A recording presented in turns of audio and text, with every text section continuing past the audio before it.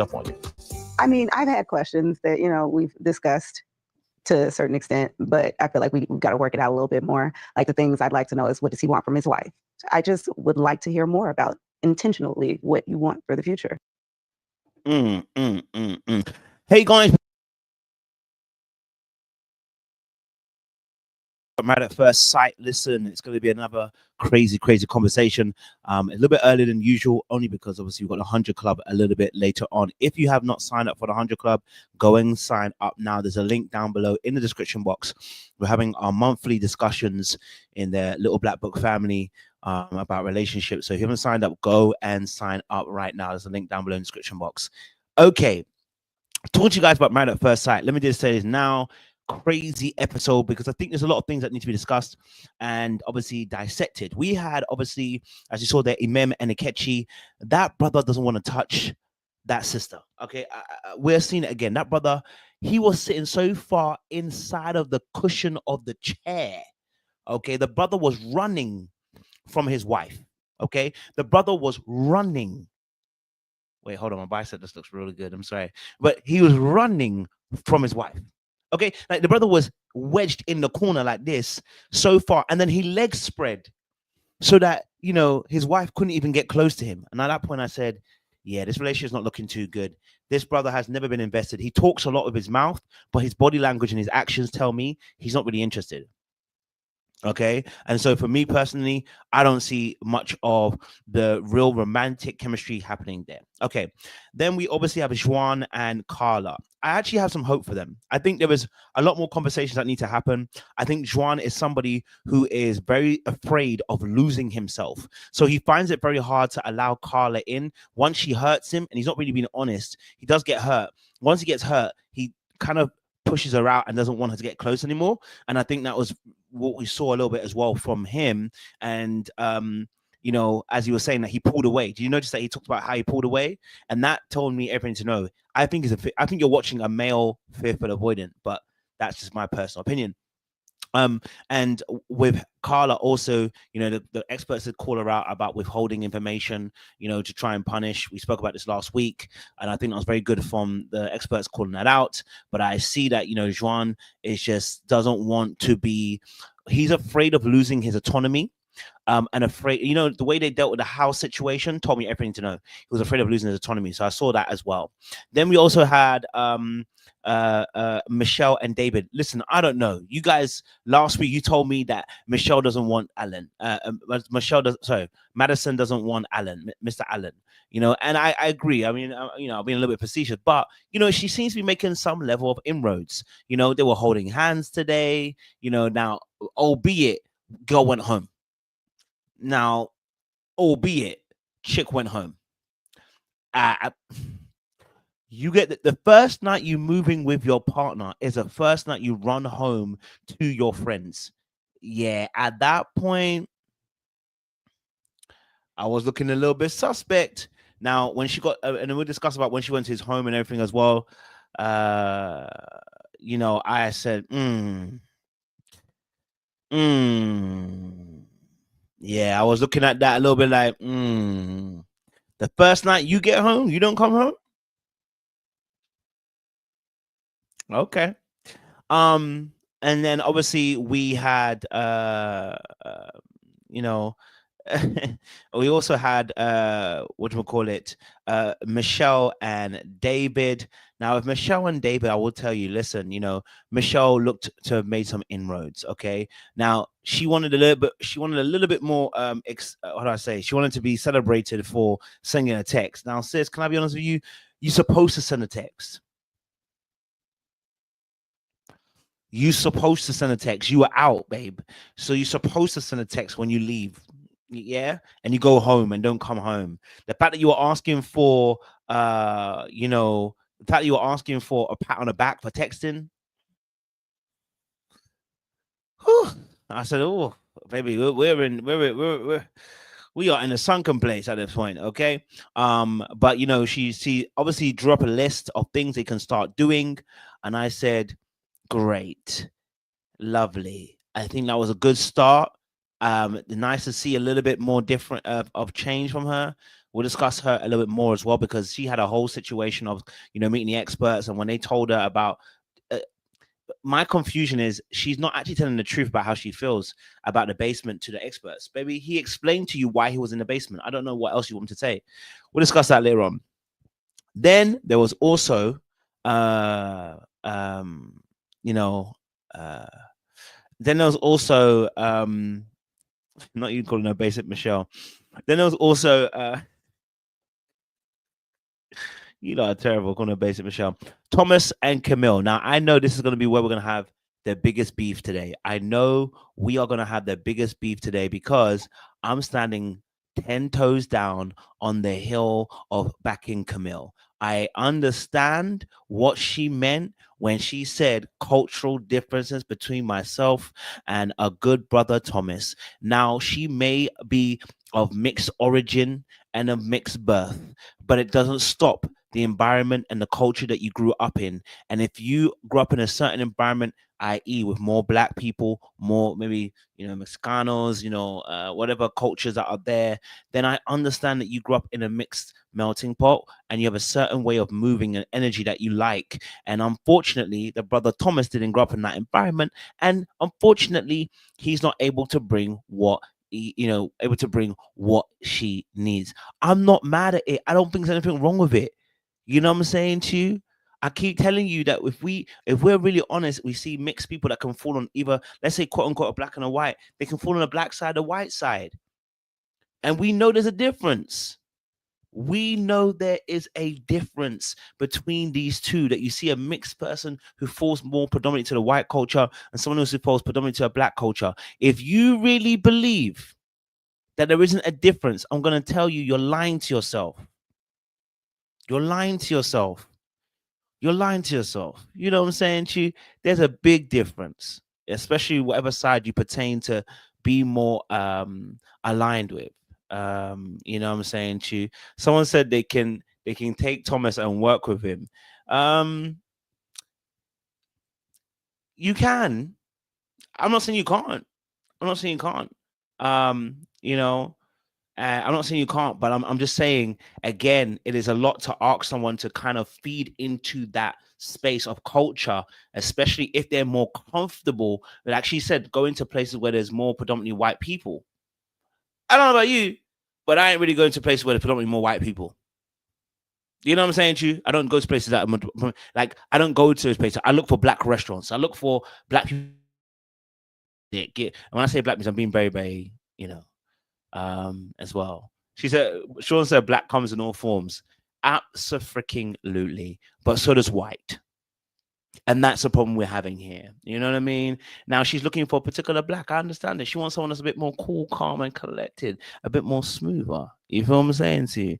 I'm not mad at it. You know what I'm saying? She wants someone a little bit more smoother. You get me? Yeah. I like that. That's a great example. It's giving Kendrick versus Drake. I like that example. Anyway, let's get the show underway. Let's get the show underway because I think it's good to, I think it'd be good to get the conversation flowing. So I know you guys got different opinions and different thoughts. So I want to definitely have that conversation. Do you know what's really interesting? I don't know about you guys. Hold on.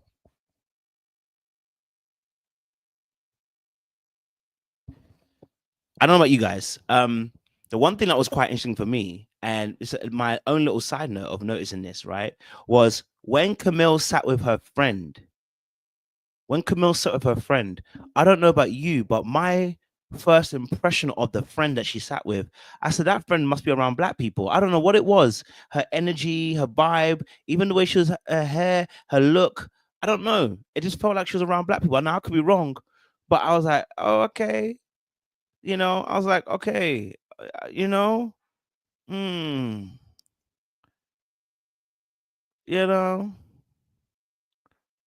get it. You know what I'm saying to you? So something about that sister's given that she's around black folk. I don't know about you. Did you see what I saw? You know what I'm saying to you? And that's exactly what I'm talking about. Like that's that's just it is what it is. Like, you know what I mean? But let's have that real conversation. Let's have that real conversation. If you guys want to join, listen, I would love to have you guys join if you want to join a panel as well. I'll put a link in there. But let's go through some of these couples a little bit more deeper as well. Let's deal first with Emem and Ikechi. Let's deal with them first and foremost, their situation. Okay. Every marriage has to take on its own norm, but you have to come together and discuss these things and find out, how are we going to be married together? Right. What does it look like for us? Right. So I want you guys to start. That's an exercise I want you guys to start thinking about. Okay. It makes you feel closer when you dream together and you plan together and you think about. Okay, so Emem and Ikechi, let's be real. She went to the house. Emem and Ikechi, they went to the house of both Emem and Ikechi, and there was clearly a massive difference. Emem, Ikechi, Emem, had a very, very I would like to say a wealthy looking place. Okay, the place was looking good. Let's be honest. Okay, the place looked good. She is obviously well off, and she's heard several times that men are intimidated about the fact that she, earns quite a bit in her career, and she obviously has the housing that she has. And I think this is quite a key thing. I think this honestly is a key thing, and I'll say that because I feel like there's some truth in what she's saying, in that respect. And I know that men do feel some type of way about those kind of things, but I also feel like as well that it may be that a case of with Ikechi, that he just is turned off for some reason that we have not yet found out. And until then, we will never see truly him actually indulging with Emem, and we'll never see that. So I don't know. It was just I was a bit saddened because, like, of course, I get it. The financial aspect is a big thing, but we're not seeing the realness as to why he's not able to engage with her. There's something that's turning him off, or something that's not allowing him to connect on that level. He talks a good game, but we're not seeing it on a physical level. Yes, El Cid, let's open up that conversational floor. Let's get into conversations. What are you telling me? I think Ike is used to using his artistry to wow ladies. His musical style, he can play instruments, and it's not going to work with Emem. It's not going to work with her. I think she's more cerebral. I think she appreciates that side of him. And I also think he may need, some sort of adoration. He needs a round of applause. And the way she lives, it isn't giving him that she will give him the round of applause that he wants to hear. No, that's an interesting insight. Actually, I can see that. That maybe potentially that he requires a bit more of that encouragement and appreciation that he may have got from his adoring fans. Doesn't necessarily get from Ikechi, in that space. Sorry, Mem. Sorry. And right, because he didn't get it from his dad. Oh. He didn't get it from a parent. That's what I kind of see with him a lot of times. It's like, okay, I need you to see how great I am. I need you to tell me. And it may not be completely egotistical driven, but he may need that, form of adoration, that form of, I see you and I see your greatness kind of thing. That may be what he finds attractive, but he may not get it from her. He may not. Sean?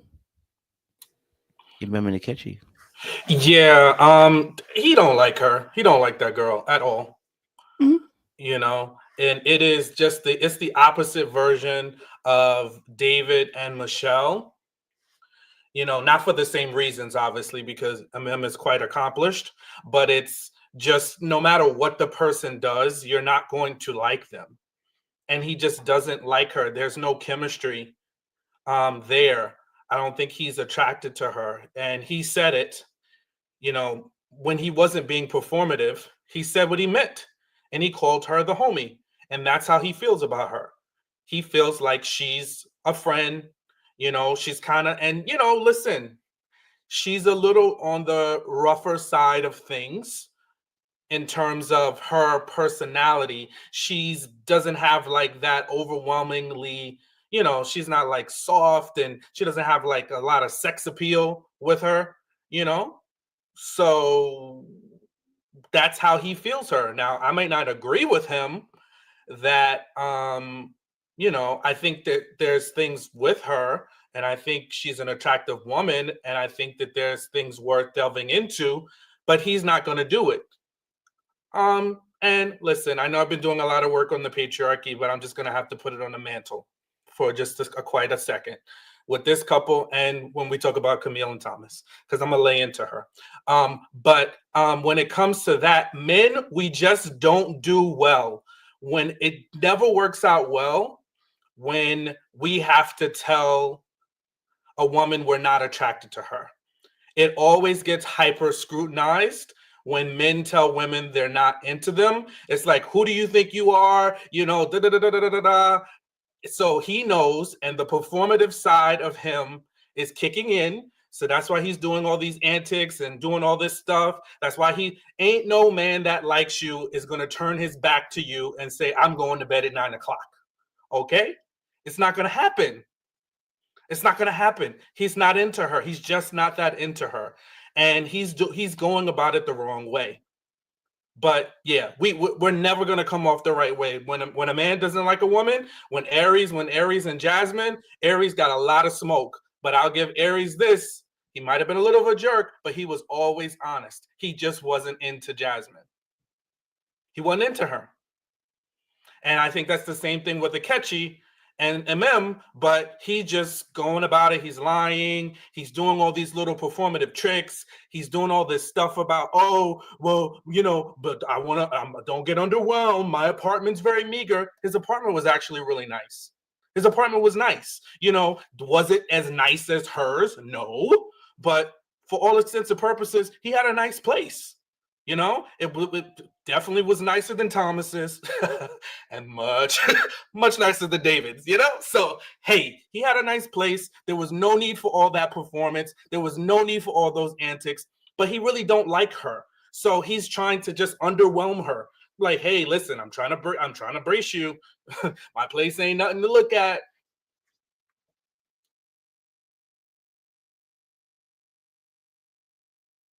I'll definitely hear that. Elsa's shaking her head, but she disagreed. Maybe go for it. I was just trying to figure out from Sean where Emem was a little, forward in being the homie.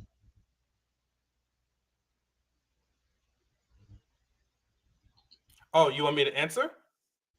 Because, Emem is certainly more softer than myself. So I was just trying to figure out, I know I act a whole lot like the homie, so I'm just looking at Emem and I just can't see it. So I would like a dissertation. Well, I think we can't compare people because I think everybody's energy reads different and it's going to resonate with some people. You know what I mean? Like some people's energy is just not going to resonate with others. Like Emem has been engaged. There's men that find her interesting and attractive. So, but she is going to have to find that man, right? I think she just does. She's kind of awkward. She's not like this. When you look at her, you see an attractive person, but you see her actions, she's kind of quirky. She's not like sexy, and I think maybe he's more attracted to a woman that might be overtly more sexy, overtly more into her energy. She's kind of awkward. She went to sipping on that honey pack. Like, if a woman, I'm sorry, like I've had women flirt with me and they're not sucking on no honey pack to get my attention. You know what I mean? Like, I don't think you need to do that. You can touch, you touch my leg, you touch my shoulder, you give me a compliment. We're vibing off of each other. Like, I don't see her trying to do that. Again, I'm not saying she's wrong. I'm just saying there is an energy that I'm also picking up on that he just might not be attracted to. I don't think she needs to do anything different because that's just who she is. And I think maybe they would be a little further along if he were a little more trying to make it work. He doesn't want to make it work with Emem. He doesn't. He But wants to do Sean, this performance. Sean, Mhm. that's the only honey pack he let her get close to. Come on now. I'm with you. He rolling over. She can't touch him. My mama gonna see this. That is as close to a honey pack as she's gonna get. Somebody said what's in the honey pack. So the honey pack has what are considered to be aphrodisiacs in it. So, some ginseng, other herbs, horny goat weed, I'm sorry. All those things that are like natural herbal things that stimulate the libido. I'm trying to choose my words the right way. And then mix it with honey for the taste to get the blood flow and get the energy going. So it works for both. It's typically something men take, but women can take it. So again, she's still kind of I don't want to make this about Emem. I just wanted to make a subtle point about, she's not like she doesn't have overtly sexy energy. I don't want to make it all about her, but that is something that I did pick up on.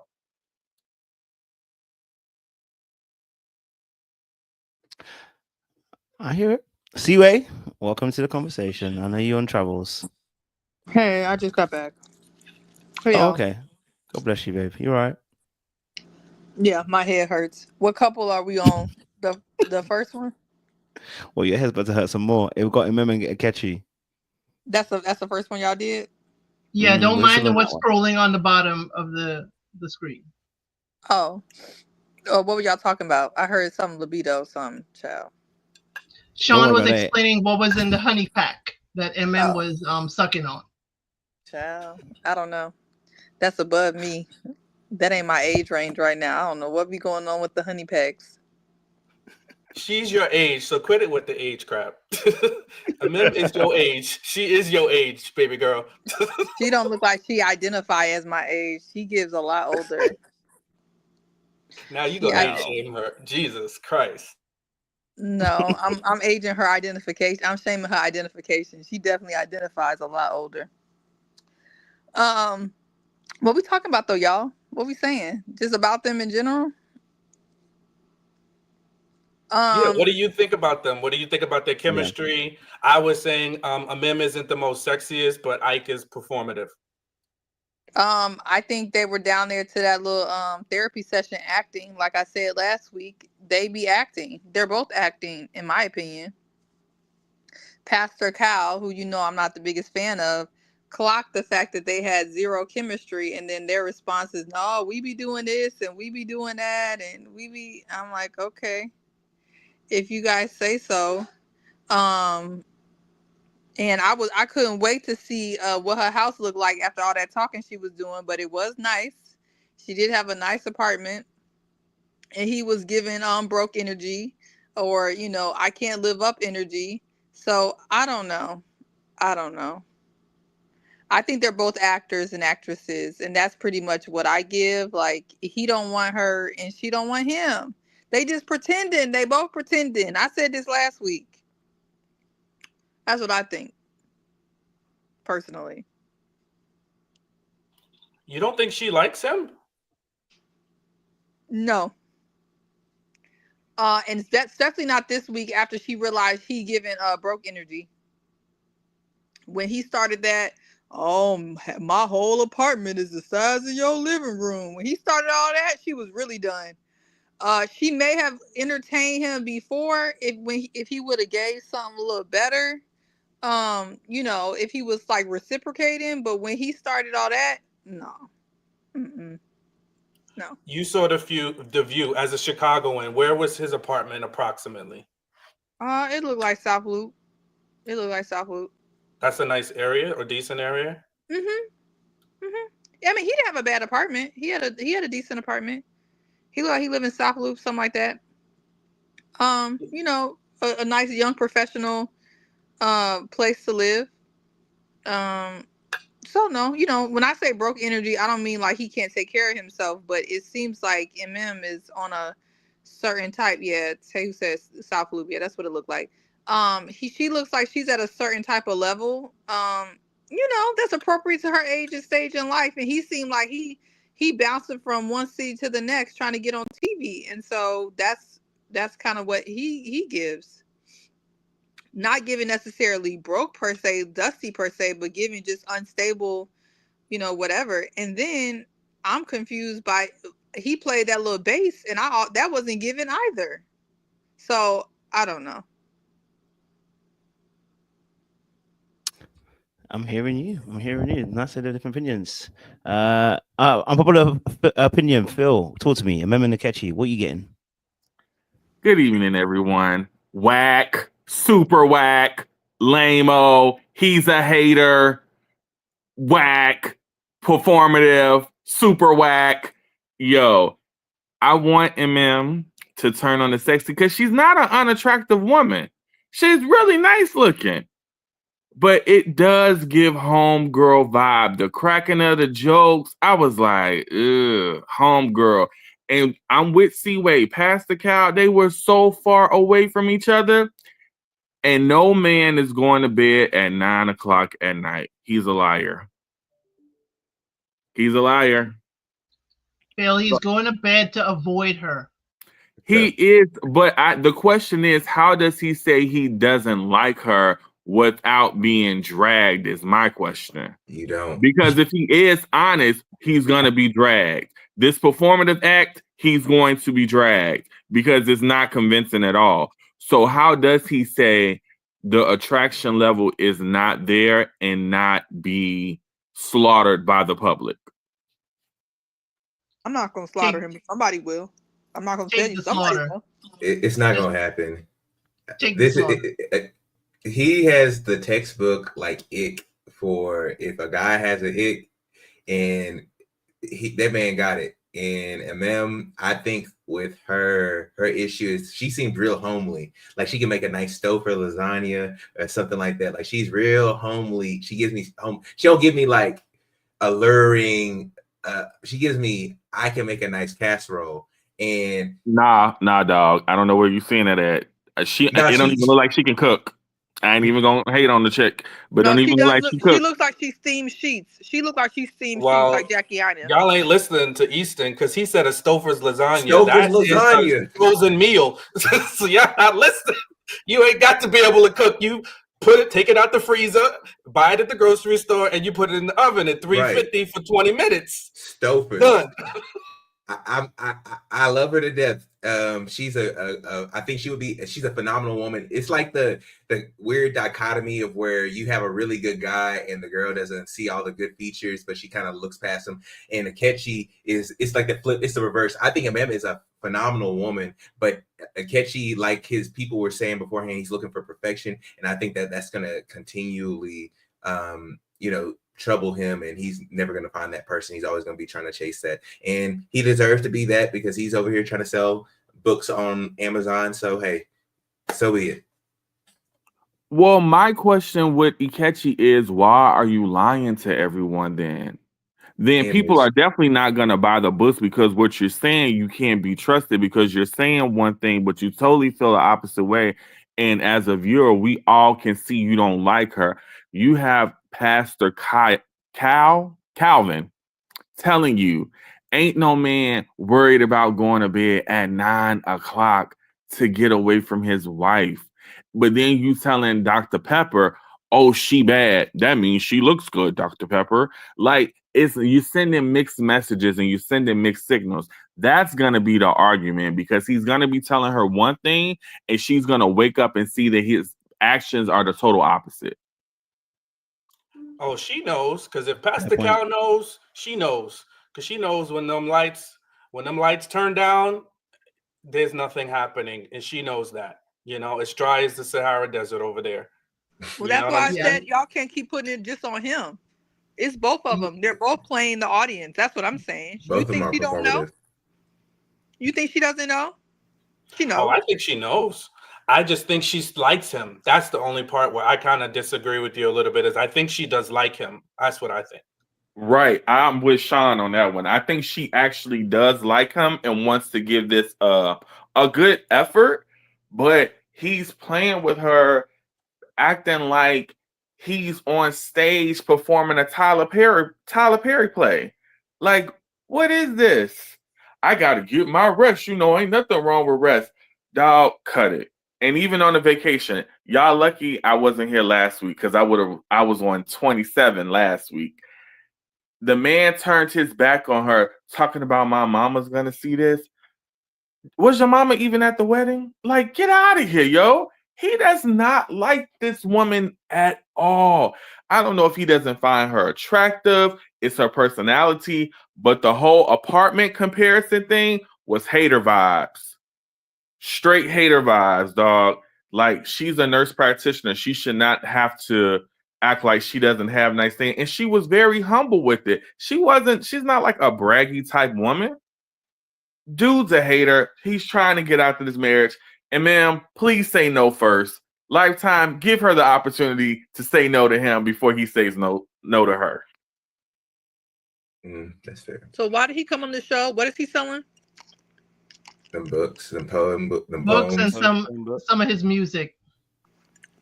Even his picture, his casting picture looks like he's devious, like he's up to some no good. Like, I just, I know he's very performative. They're both very, very performative, but Ikechi, something's up with him. He gives me the vibe of like, I want a 10 with low self-esteem that I can kind of like maneuver and control to kind of, make me feel good. That's he seems like the type of person who wants somebody who's like arm candy, but has low enough self-esteem to where he can kind of move her around how he wants to, and he can just kind of like, he don't have to go above and beyond, because them 10s, you might have to have deep pockets. So that's all I gotta say about them.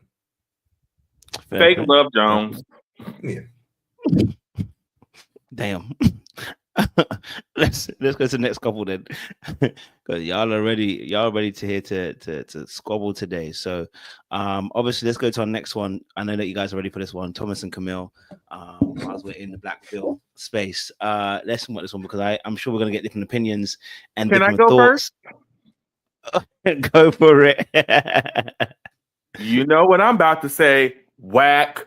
Yo, Camille, how disrespectful can you be? Camille does not give City Girl. So I don't know where she thinks she's a Carisha or a JT or a Meg Thee Stallion. And I'm not trying to be disrespectful, but is her mama white? Because she looks like she's interracial. Highly disrespectful to that man. And who uses the word swag? Yo, get out of here. Whack, yo, you're a lame. Thomas is right up your speed. You're not giving me City Girl in the club. She's not giving me South Side of Chicago. She's giving me the burbs, North Side. I don't know. That comment was disrespectful. It's like being in an interracial relationship. What? Camille, she's whack. She can go to. Thomas deserves better than that. She owes that man an apology. I think she's projecting because maybe she had some issues with her identity growing up, and she's just trying to put it on him. Because I think somebody said Thomas dates black women. Thomas wears a do-rag. Thomas got a portrait on his arm. Thomas got waves on swim. Like, come on, what are you saying, man?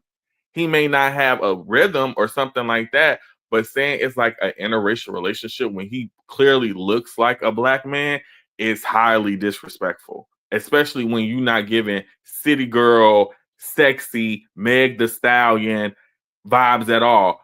Now she gives homely, like she should be knitting on the weekend. I'm not seeing you in the club twerking. I didn't like that. I didn't like that at all. I thought that was like crazy disrespectful. It's about to be a warfare, isn't it? I can tell. It's about to be war in this place. I mean, I didn't think she did anything wrong. But the delivery was off, though, but definitely. But yes, who wants to go next? Sean looks like he's ready to load up. Hey, I don't have much to add on what Phil said. I kind of said it last week. I just think, it's a very ignorant perspective that she's coming through with this whole questioning his blackness, and she just needs to knock it off. She said it she said it at the honeymoon. You know, she said the swag thing, and then she met with her sister. Her sister is fine, okay? Her sister got that energy. Her sister got that energy. So I might give the sister a little bit of a pass had she come to Thomas with that energy. But you see how the sister was looking at her? She was like, sis, don't make me embarrass you. Don't make me embarrass you on this because you coming up here with your moo-moos and your flat foot. I ain't seen a heel. Even Pastor Cal was like, maybe you might want her to wear a heel. I want Thomas to snap out of it. You know, wake up, bro, and let her know, hey, this is what I want. Here's my list of 5 things. Can I see you in a tight jean? Can I see your thighs? Can I see what them toes looking like in a heel? You know what I'm saying? Like, come on. Enough with this trying to break down his blackness. That, to me, audacity was on discount sale at BJ's when Camille came at him talking about his blackness. You know what I'm saying? She looked like, last week I said she looked like sister. She could have been the cousin on sister. You know what I mean? Come on. I think it is ridiculous. And I hope instead of her keep doubling down on this swag stupidity, that she unpacks her idea of what being Black is. It comes in different layers. It's not just one different thing. People have a wide array of experiences, and it's not going to change. So I don't care how many Jordans he has in his closet. He is who he is. And he even said it on the after party. It's starting to make me feel bad. It's starting to be insulting. You know, he says, listen, I am authentically who I am. I hope he told her that at some point so she can just shut up with that nonsense. Talk about other things. You know, like I'm really tired of her. And if she continues to drag this throughout the rest of the season, then, you know, it's patriarchy out the window. I'm going to be on her neck all day long.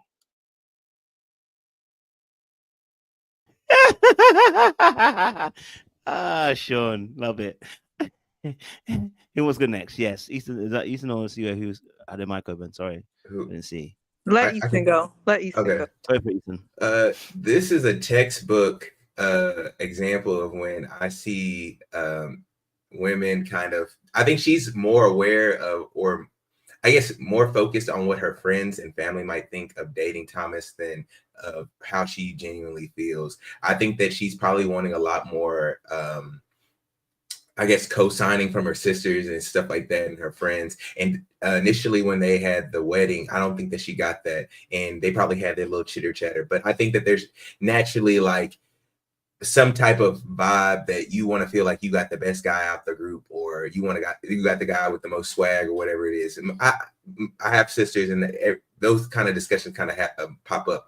But Thomas is a great person. I think that he's very aware. He knows that he don't got no rhythm, but he'll do the stuff he got to do. The problem is, I think Camille's too worried about her friends and her family. Thomas does need to be a little bit more forthright with what his expectations are, because Camille, she's given like a stock photo, like she's like the woman in the stock photos, or she could be, you know, Finger Hut, like the old Finger Hut books and stuff like that. That's what she's given. She's not she's a cute girl. She ain't her sister. She cute though. And baby, you're not that cute to be treating my boy Thomas like that. So I would just say I think Thomas needs to be a little bit more dominant with what he needs from Camille. And Camille needs to stop being in her head about what her friends and family might perceive with Thomas, because it's projecting onto Thomas. Like I think she liked Thomas from the get-go, but I think that she probably had some talks behind closed doors, and she's like, he doesn't do this and this and this, and got nitpicky, and now she's projecting it on Thomas. That's all I gotta say. Love to hear it. Okay, see where go for it. Let's see. I didn't think she did anything wrong, but I'd love to hear it. I don't want to. Can y'all hear me? Y'all can. I don't want to dogpile on Camille. I'm. You know, it doesn't seem like there's going to be much pushback here. I already made some of the biracials mad last week because I called it out what it was. I don't really feel like I need to reiterate that. But Camille, you know, I'm just going to speak from like what I would say if I was her sister. Camille's going to stand in her own way. She's going to stand in her own way. And my kind of perspective is just from the perspective of like, I feel like love is Married at First Sight, Love is Blind, like they do black women bogus all the time. And I feel like they actually set her up with someone that seems to align on her core values, aligns in many ways. Now, did his apartment give a 40-year-old man? No, I was kind of concerned at that apartment, but I'm gonna put that to the side for a second. His apartment was very basic, and that's me being kind. His apartment kind of gave Arrested Development a not really age appropriate. But outside of that, if that was her complaint, you know, maybe she would have something, but that's not even what she's talking about. She's acting like she got Arrested Development, talking about J's. Like, lady, you're in your 30s. Like, who gives a F if he got J's on or not? So I think, unfortunately, I think a lot of people, you know, stand in their own space. Oh, not the biracial's back. Hey. Not, I think sometimes, you know, women, we stand in our own way, and, you know, we say that we want certain values, but then when we're faced with that, we start focusing on all these like silly things. And yeah, I mean, I could talk about her looking like a JCPenney model. She do. And I could talk about all the other stuff. I think she needs to get in tune with her star player. She needs to get in tune with her star player, and she needs to recognize, you know, kind of what she's hitting for in the world and in the marketplace and at this age range.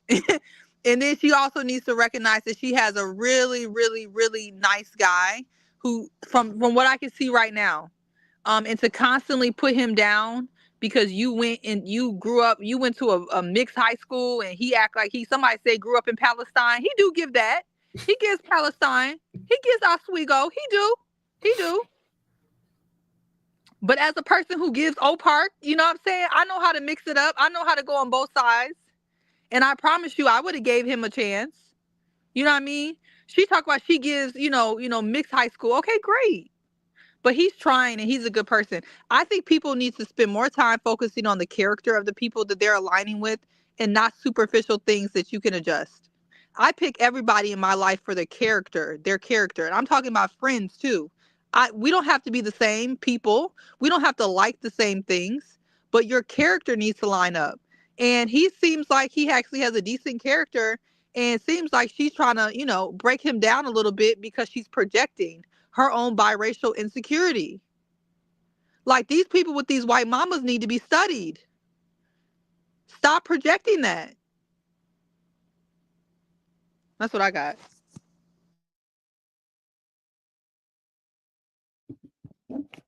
Elcidio. So I agree that Camila's focused on the wrong thing. I don't care if you don't have a Jordan in sight. Because you know what? Then Nike ain't collecting your money. Okay?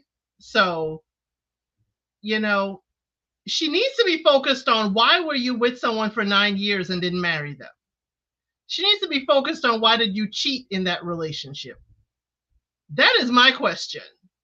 Like, what is going on here that all of a sudden you decide to end that relationship, or you're done with that and you jump into marriage? That is more what she needs to focus on. But that whole, now that he got some swag because he got Jordans in the box, in the closet, organized by color, that ain't saying swag. I'm sorry, Camille. You picked the wrong thing. He also needs to understand that if this is a battle you've been fighting with a lot of people, or if this is something that has come up several times, yes, it is startling to come from someone who looks similar to yourself. I think he needs to work on, this is never ending, and it's not a struggle he needs to carry, it's that person. And I don't know how he would work on that necessarily at this grown age, but he needs to kind of leave the baggage on that person. Camille needs to carry that because that's her opinion, and that is not exactly who he is. So Camille, I'm sorry, as Seaway said, finally, there's a Black woman on here with someone that she is aligned with. They didn't do you dirty in that aspect, but I'm wondering why that 9-year relationship had infidelity, and all of a sudden you're jumping in a marriage on television. You know, I actually hear everybody's points. I'm a push back a little bit. I think, I do agree with the Jay's comment. That shouldn't just send you into now believing that he might have a bit more swag. But I do understand where the sis is coming from. I really do. Now, you don't have to be of the very thing that you actually want, right? So, like, I don't have to be black. Sorry, I am black. I don't have to be white to want to date a white woman. I mean, I ain't trying to do that. But I don't have to, right? I can want that, right? So I don't think there's anything wrong with her wanting Thomas or someone who she wants to be with to have a little bit more of a swag. I mean, listen, sis ain't said she ain't gonna exit the marriage. She just said she wants a little bit more of that swag, because you know what? Yeah, you know what that means, right? It's not giving her the jump. And that's okay. That's okay not to feel that jump when you're dealing with somebody who necessarily doesn't have that particular energy, right? And I think we said this last week. I said, like, we all do it. We all choose people based on the way that they move and the way that they show up and the way that they carry a particular kind of energy, right? And so, that energy that maybe he's bringing to the table, maybe it's a little bit too passive. Maybe it's not enough of, it doesn't carry enough of the vernaculars. Maybe it doesn't carry enough of the, I don't have to even say swag, because whenever anyone describes swag, no one describes it very well, because it's not just clothing. It's oftentimes what people are talking about is actually a whole ethos of energy, the way that we move, the way we talk, the way that we are able to approach certain things, right? Is a quote unquote coolness, which is locked into, yes, a very stereotypical blackness, but there's no one here that doesn't end up playing some type of stereotype in terms of the way we like black to be, right? Of course, I always say there's shades of how we move, but let's be honest, we all have a culture and what we've grown up in, and so there are certain things you're going to like. So I don't think there's anything wrong with that. Now, is she still being open? Yes. So at least I'm going to give her some grace, like, to work it out. What I'm saying to you, I want to give her some grace to work it out, but I don't know. I understand where she was coming from, and I knew that she couldn't fully articulate it, but I knew what she meant. She's looking for that particular, that je ne sais quoi. Sometimes it's hard to describe what it is. It's je ne sais quoi. It's a little something that adds. It's like tasting the food and going, there's something quite missing, but I'm not sure exactly what's missing. You know what I mean? And that's how I felt about it. So I don't think she should end the relationship because she doesn't wear J's. But I do believe that she has a very valid point in the way that if that is what she wants, she does not have to be what she wants, because we don't always have to be the very thing that we actually necessarily want in this instance of what we're describing. Even if she is,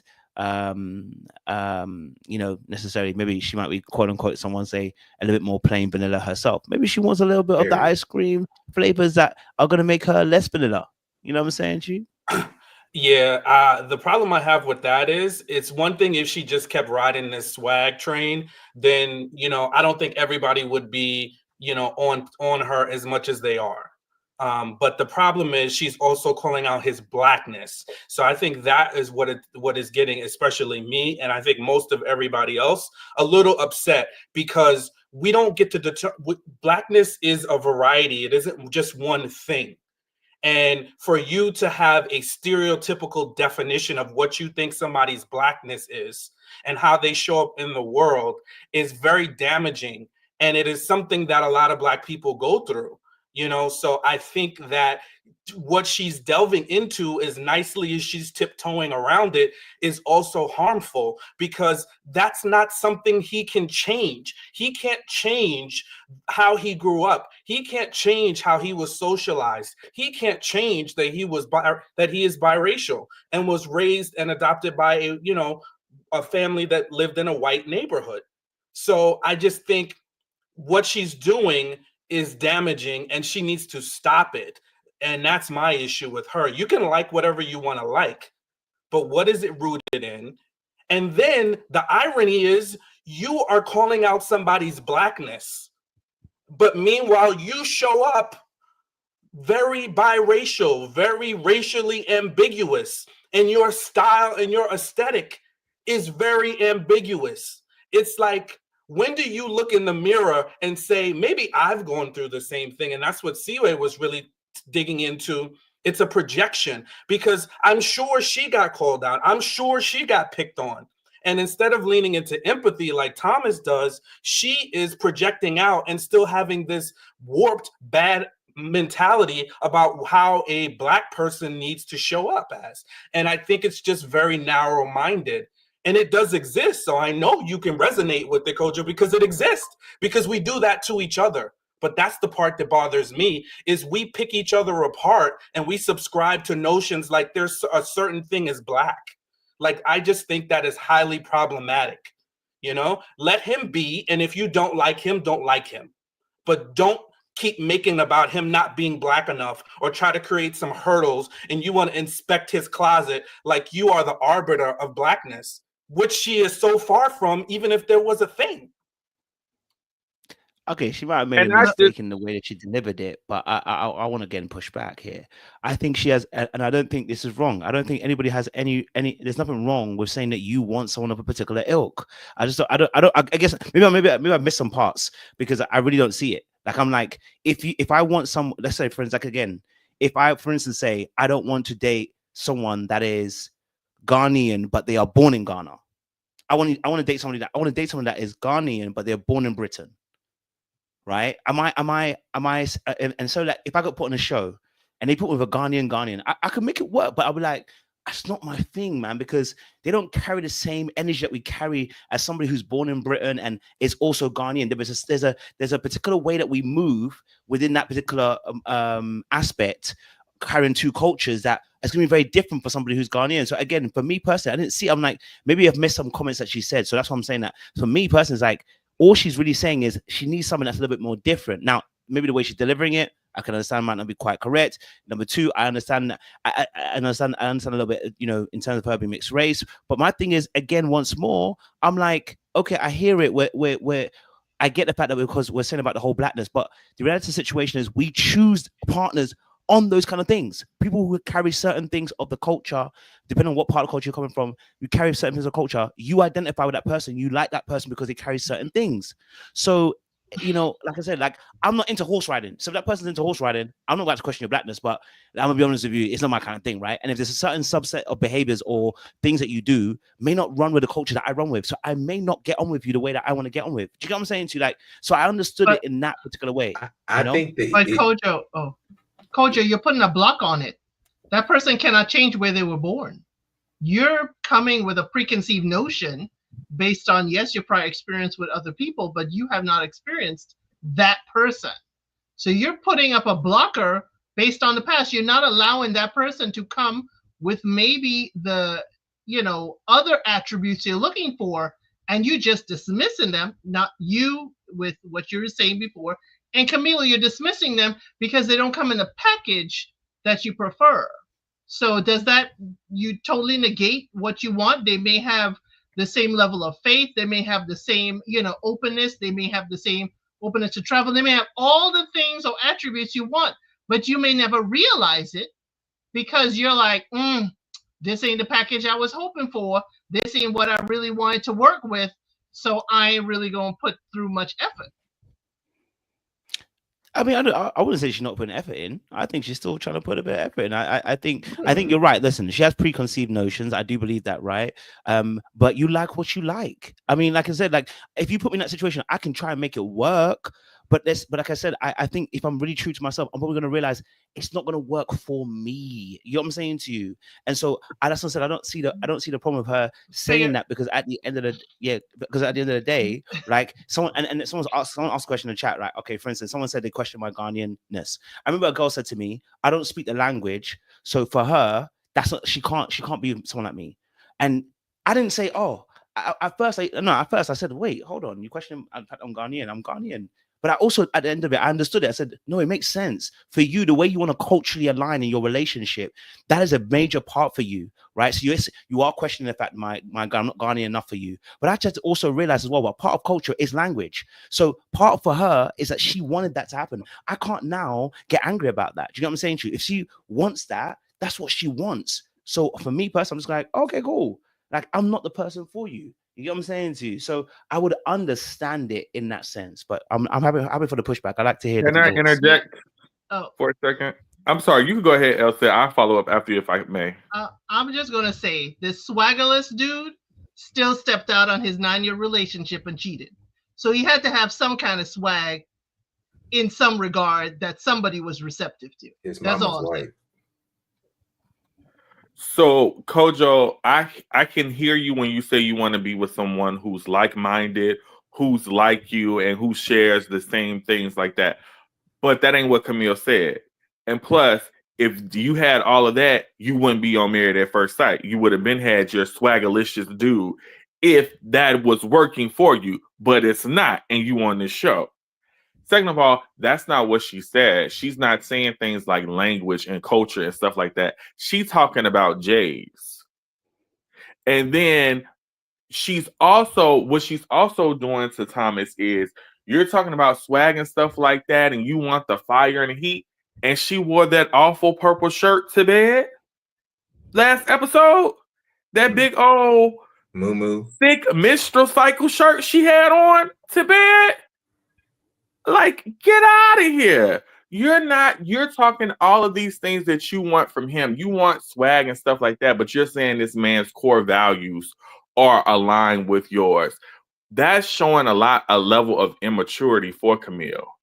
If his core values align like you, and you basing it off if the man wearing J's, it's a lot of dudes on the south side of Chicago that's wearing J's and that has no business about themselves. So think about what's important to you versus what you really want. So maybe I missed it again. So I know that they went to the house. I know that she obviously saw the Jays and everything but did she make a comment about his blackness after the Jays or something, or before the Jays, something about that? Because I guess maybe that's why I'm missing you guys, because I don't remember her saying necessarily about the blackness, but she kind of was more alluding to the fact of swag energy. So when she was sitting with her sister, she said, "I feel like I'm in an interracial marriage." That's what she said. And then what did she say? Sister. Yeah, but what did she say was the reason for that? She actually described she said because Thomas, they grew up differently, and she started talking about her high school, and she says, "I feel like I'm in an interracial marriage," and that is wild to say when she is biracial. And that's the part that it's just audacity on top of ignorance. Just like you gave that example, which I don't think is a similar equivalence, but let's just go there with your example of the Ghanaian woman that you were seeing that wanted you to speak Ghanaian. Imagine if she did not speak Ghanaian, but her requirement to date you was that you spoke Ghanaian.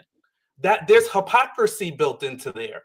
You know, not also calling you out for telling you what she thinks your level of being Ghanaian should be, but she's also not even it. And she's telling you need to have it. There's just, I'm sorry, we can't not pretend that it's okay. You could just want what you want. No, you can want what you want for sure, but you show up on Married at First Sight, which means you have had not success. You have had no success in procuring a spouse on your own the way that you wanted it, knowing that it's going to be in the hands of someone else. And then you show up with all this nonsense, this really backwards thinking nonsense. Yeah, it's going to be problems. What does she think about her parents? What does she think about her parents' marriage? Because her father is quite dark and her mother is not.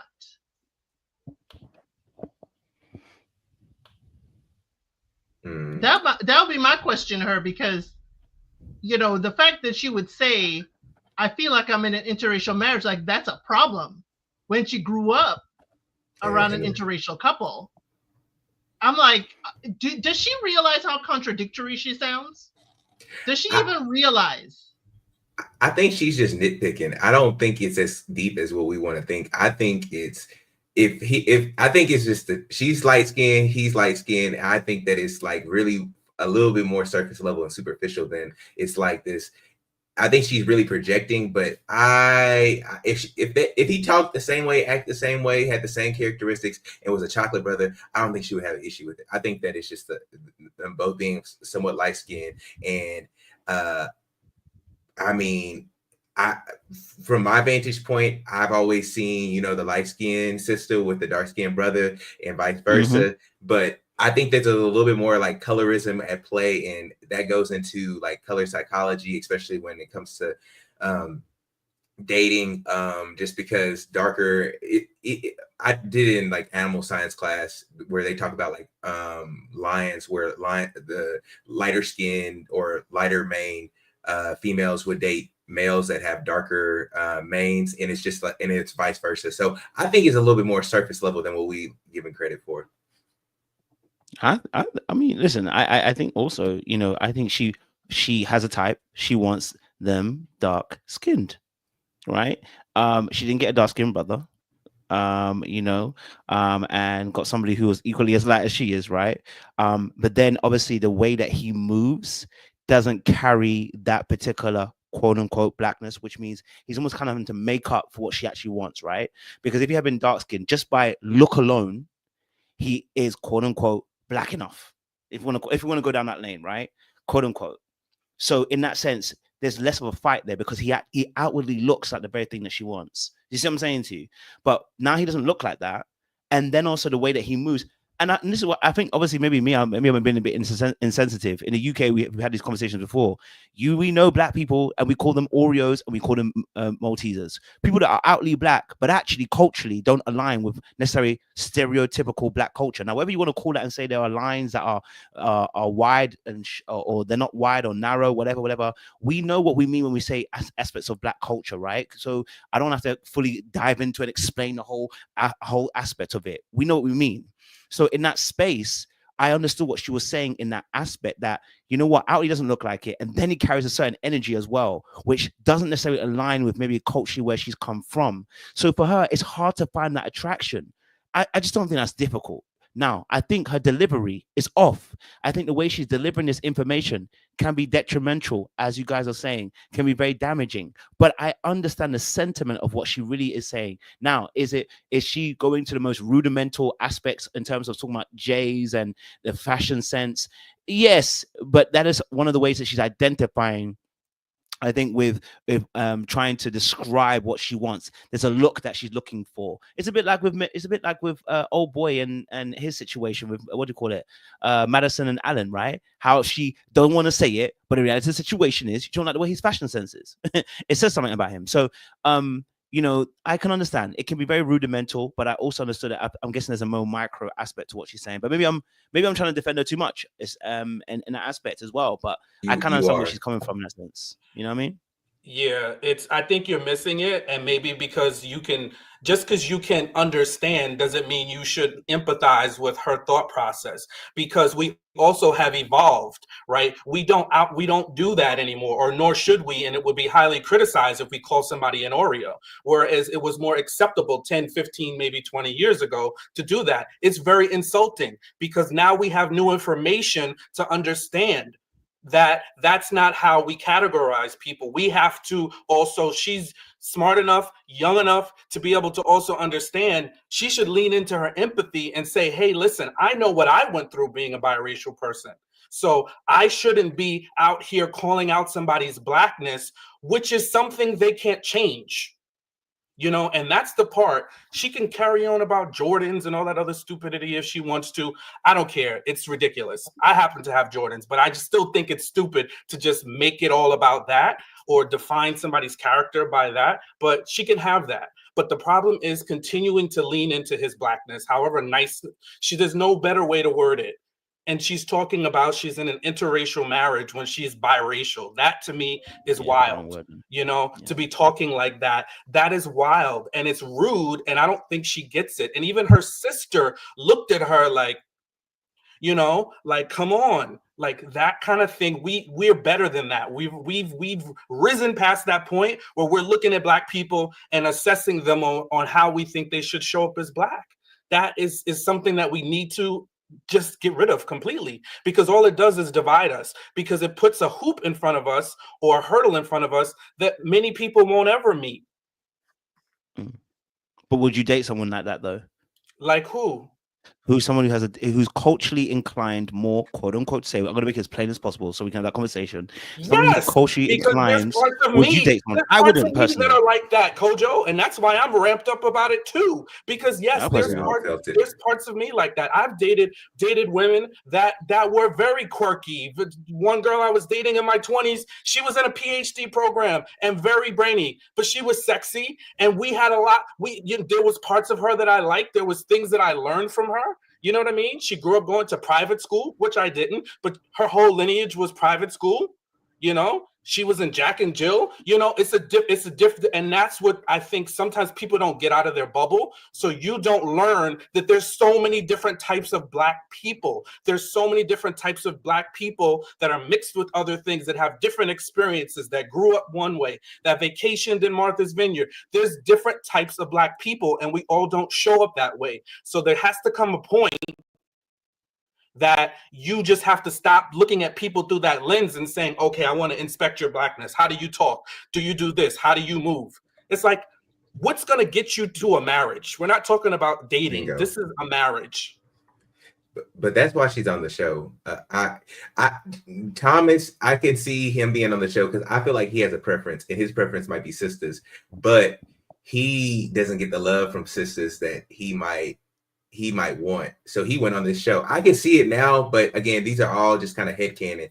I can see Thomas really he don't like white women like that. He likes sisters, but sisters don't really fool with him like that. And so he went on this show to find him a sister that'll just love him for who he is. And now he's getting met with the same rejection that he's always gotten from sisters. It's like the dude who's an engineer and who wants to date Black women, but is a little bit, talks proper, and he's kind of on the straight and narrow, kind of I won't say square because it's a negative term, but quote unquote square. And now you see kind of like he's somewhat successful. He probably needs a little bit more feminine touch because his home is, very bachelor-esque.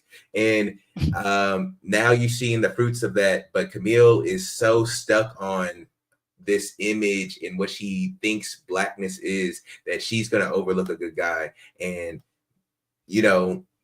it's going to be her loss. This season seems like a whole bunch of people who have good people, but they have some mental block that prevents them from committing to them fully. And that's going to be their loss. And that's why they're going to be lonely. And hey, so Camille, just add her to the list.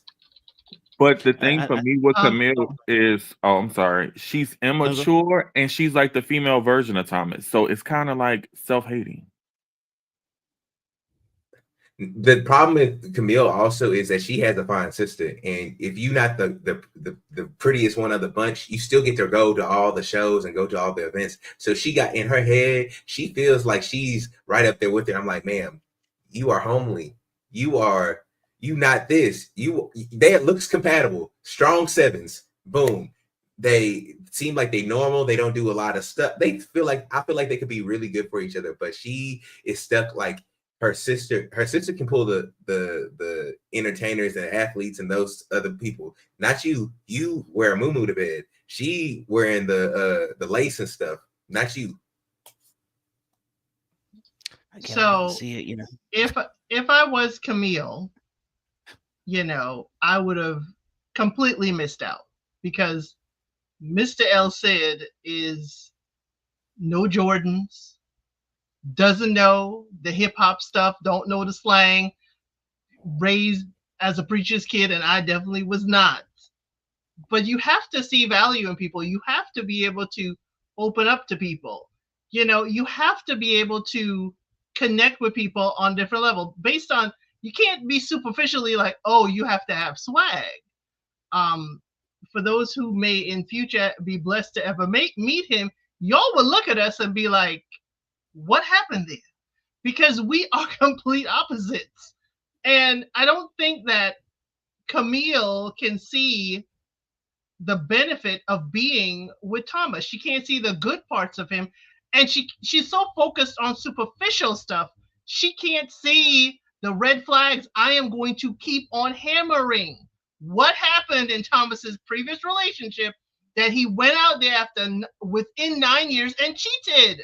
That is important. Do you have a cheating husband, or was this a one-time thing and he has totally understood why he stepped out in his relationship?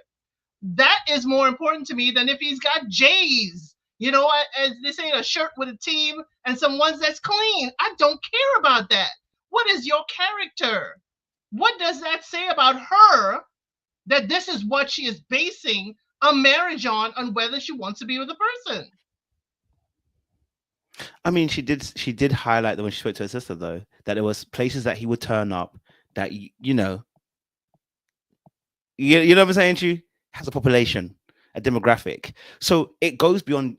I think yes, the Jay's part is rudimentary, and it shouldn't be left on that, right? You know what I'm saying to you. I'm not judging anybody's Ghanaianness by whether you have a traditional Ghana attire in your wardrobe. To be honest, you know what I mean. Like, and again, that's because maybe also at the same time, I understand that I'm a mixed culture, but I say that to say that I think it was more to what she was saying, because she did allude to that with the sister, that he was turning up at certain places where, you know, culturally, demographically, it may not necessarily be where we would turn up.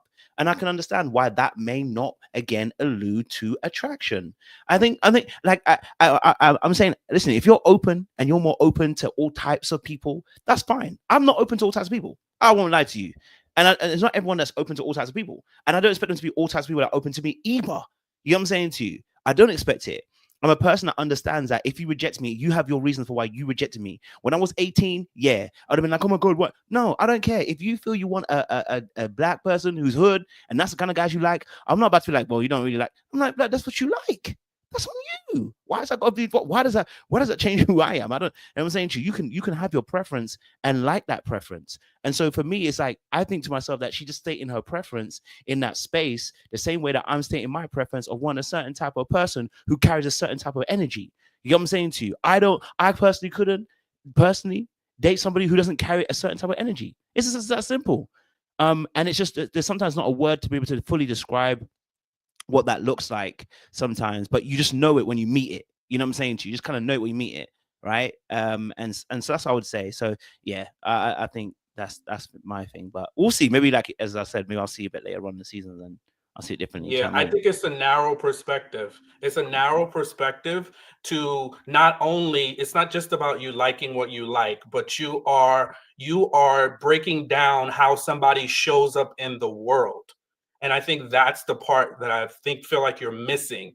She's not just saying, oh, I'm not attracted to you. She is breaking down his racial identity and how he shows up in the world. And that is very problematic.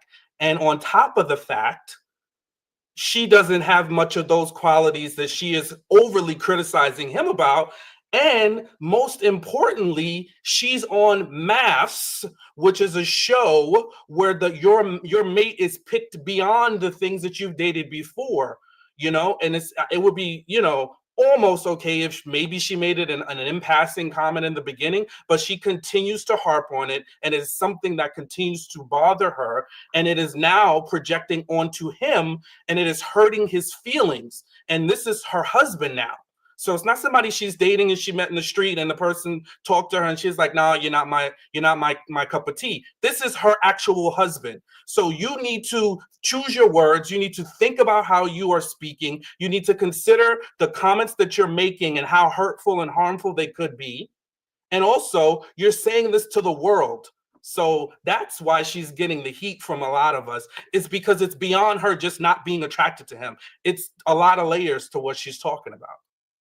Doesn't that go back to what we said about the men not being to say what they say? Oh, sorry, Bill says, apologies. Go for it. This may cause him to step out. His wife isn't treating him very respectfully. She does not value him. She does not see worth in him. So again, he may be like, this is not the peace that I need in my life. And he may step out. I agree with that part. I think also, I think it's a very difficult space to navigate. I think it's very much you were saying in the run about how men can't tell women what they like in terms of like if they don't like them physically. And I think this is a very difficult conversation to have about what you prefer, and especially in that space when it comes to culture and how you align.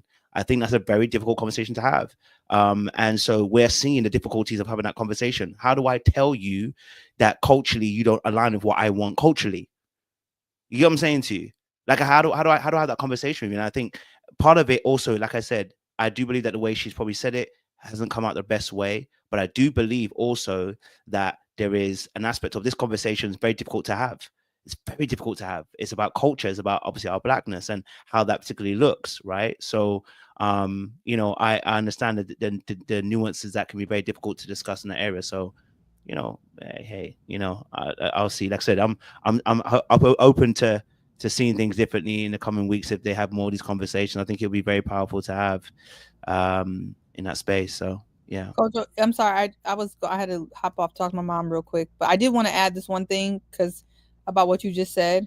I think there's a lot of different conversations going on at once, but I do feel like there's a way to talk about how cultures may be different without making it about blackness. And I think that's what Sean's trying to deal with, because, you know, for example, you know, I may have a different culture than someone who grew up in New York, than someone who grew up in the South, or dating a Black Brit. You know what I mean?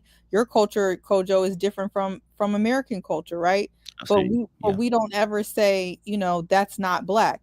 Also, all Black people know there's like 3 or 4 variations of Black. You know, like there's like the super hood Black who may not get down with the suburban Black, that may not get down with the white identified Black, that may not get down with the Sister Social Hotep Black, that may, you know what I'm saying? Like there's like 5, 6 different Blacks that all the Black people know is the different versions of Black. But you know what I mean? That's okay. I think so. There's that. So there's a way to say our culture may not be, you know, culturally we may be different, but I also feel like what's being missed here is the fact that I don't even feel like she gave it enough time to verify that. And before she started bumping her gums, she started looking for his J's in his closet and things like that. I think she kind of jumped the gun. If she would have got to the end of the process or the mid process and be like, hey, you don't wash your hands when you leave the bathroom, you don't shower in the morning, you know what I mean? Like stuff that we be like, okay, culturally you're a little different, okay? Then nobody would have been, you know, saying anything. But I think she also jumped the gun. And then there's the other part that I mentioned, that people be standing in their own way. That's a separate issue. She wants to stand in her own way, she can do that. But I think there's that. And then also to Sean's point, if you see that you're saying something that's hurting somebody's feelings, even if this is your truth, as a husband and as a wife, you're supposed to protect each other. And I think she's dragging it. Like, even if this is her truth, at this point, you're dragging it. So, yeah. Just to put a bow on it, I feel like that caps up everything that was said, but yeah. No, you made a good point, like I said, and I think I think it's good to discuss this, because I think, like I said, it's a very difficult conversation and very nuanced. And I think you highlighted that nuance. And I think that's what I'm saying. I think she lacks the language to be able to fully articulate what she's really trying to say. And I think what you just did was kind of give us a breakdown of even different types of Black. And even then, within that space, there are subsets and genres, whatever. So I think, yeah, it's a simple conversation. I think if she had more time to flesh it out, what she really was trying to say, I don't feel like she was necessarily just questioning his Blackness. I think there was an aspect of what she's attracted to, and in that space for her, yes, it may not be Black enough for her. And I think I understand what she meant by that. Not just talking about you just being Black, but in the sense of for her, what she's attracted to. So I think you highlighted a great piece in there as well. So yeah, man, we'll have to wait and see what happens in the next few weeks and see what will happen. And I know you guys are saying give it more time. We don't need more time. You need a couple of weeks at best, 2-3 weeks to see how someone moves, to know how they move. You know what the things they say that you know how they are. You know what I mean? I hope he moves off of her, because she ain't got no sense. Because I would be looking at you crazy while you sat in a relationship for 9 years. And now you want to worry about the J's on my feet. Why you worry about the J's on my feet? Like, he really need to get down on her for real, because honestly, he's too nice. And maybe that's the problem. You sat in a relationship for 9 years and you worried about the J's on my feet. He needs a sister. Huh? He needs a big sister. If he had a big sister, she would have got him right and would have got her all the way together. I'd be like, Camille, baby, you ain't got the room, honey. You ain't got the room. We're not even gonna talk about the moo-moos. We could just get down on them 9 years. Come on now. Give it up. All right, let's move to our next one. First one, super chats. Kesha says you can be cool, funny, and hang out the homie, but still be feminine, sexy, flirty. Emem needs help in that particular area. Shout out to Kesha with a 5 there. And Feel Good, obviously, who's on the panel as well, says all women are whack except Emem. I just want Emem to relax a little. Ikechi is performative, clown, super lame. Whack. We know how that sounds when Phil talks, so we love that. We appreciate you, Phil. Let's move on to our next one. And again, thank you guys for the good conversation. We appreciate you. It's been a fire opinions that you guys have given so far on this. Let's go to our next one. We've got obviously Madison and Alan, because people were disappearing into the middle of Chicago nights. So I want to know you guys' opinions and thoughts. I think she likes him. Personally, I think she likes him. I think she likes him. I think she wants that brother. Okay. And she gonna put some paws on him. You know what I mean? What's your guys' thoughts? What's your guys' thoughts on this situation? I'll start it off. She does not like that man. As soon as he wore those broccoli underwear and the weird shirts, and well, they're not even weird. That's just what he likes. Once he didn't fit this bubble and the archetype that she likes, because she gives me CrossFit fitness chick. She definitely gives me that kind of vibe. And the fact that Alan doesn't do this stuff is really eating her on the inside, but she holds it together quite well. She, maybe she might mention it and stuff like that. The problem with Alan is he's so flippy floppy. He's kind of like Marissa from Love is Blind. He just gonna go with what she wants. Oh, I'm gonna work out. Oh, I'm gonna do this, that, and the third. And ultimately, that's gonna be his demise. Is that he's never gonna. He's gonna compromise himself so much and change so much that it ultimately takes him away from being him. And when that happens to somebody who has, I guess, a lot of like eclectic passions, they start to become resentful, and then the contempt comes in, and he's like, I did all this stuff for you to change and be whatever you wanted me to be, and I didn't get what I wanted in the end result of it. But Madison, she don't like that man. I don't know why we keep talking. I don't even know, Kojo, why you even said that. She don't like that man at all. She might be I shouldn't have to like grow on you. Like, our love should grow, but she don't even love that man. She's just like, oh, he's a good friend. He's a homie. That's what he is. I agree, Kojo. She wants him, but as her personal chef, not as a husband. She'll eat his food all day, but she don't like that man. And if I was him, I would have been petty. I would have put broccoli on the plate. I know I would have been that petty. And you gonna see broccoli, whether it's in the undergarments or on your plate. But yeah, she don't really like him. I appreciate the fact she apologized for disappearing, but you just fell asleep with your friends and didn't think to even go home, contact your husband. You're in a whole new show. You ran away. You don't want to be around him. And even worse, I hate to say this, but as a dog owner, now she's going to run away twice because the puppy, Alan, puppy ain't trained. The puppy is not trained. Alan, that is a slight that I will hold you accountable for. She gonna run because of that dog as well, not being able to behave in the house, not being able to behave around it, everything. It was giving me all kinds of like, what can the dog get into in this new place? Because Alan is distracted looking at everything else. But yeah, she don't want that man. She just wants him to cook, leave the plate, and she will go hang out with her friends. And I'll see you tomorrow when dinner is done. Madison is whack. Bad outfits, bad makeup, judgmental. Leaving him the first night to hang out with her friends was intentional and disrespectful. That lame story about falling asleep with her friend. Yo, she's super whack. Get out of here. But Elsie, I disagree. She don't want him to be her chef. She looking at his money. Because Alan pulled up in that Jag. And Alan, I want that fur bomber jacket. That was a nice jacket. She is whack. Madison can go. She got too much dip on her chip. Now, Easton made a great comment. He is a Marissa trying to go with everything. Oh, I wasn't mad that she didn't stay with us the first night. Sir, let's be forever serious with this. That was just highly disrespectful. And that lame excuse, yo, she sound like a dude. Oh, I was out all night because I had to help my friend out. Ma'am, that was bad. And we need a special segment to get on the bad advice from Pastor Calvin and Dr. Peppers with all of this. Oh, you need to change for these people. It's okay to want to change. Y'all don't even know these people yet before we start talking about changing who you are for them. That's a conversation later on.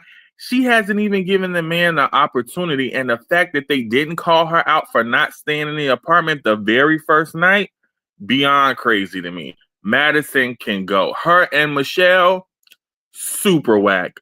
Basic Starbucks pumpkin spice whack. Phil, can I ask you a question? And please don't call my blackness. I never understood what that when people say too much dip on the chip is. What the heck? What does that mean? I'm dead serious. I've heard that several times, and I'll be scratching my head. I see chips and dip, and I'm like, what? It's okay. Connection, help me, please, brother. We don't question blackness over here. Everybody may not know everything. Madison thinks she is a 10 when she's really a solid 6, if that. She thinks she's more than what she is. And she ain't all of that. And, even Alan, poor Alan, I've been going to the gym for the last 3 days. I was like, Alan, dog. And it's crazy that she didn't know he's been going to the gym. Shouldn't y'all be going to the gym together? Yo, Madison is just, she can go. Like, I don't know who was picking these women this season, but they are not nice women at all. They are not nice at all.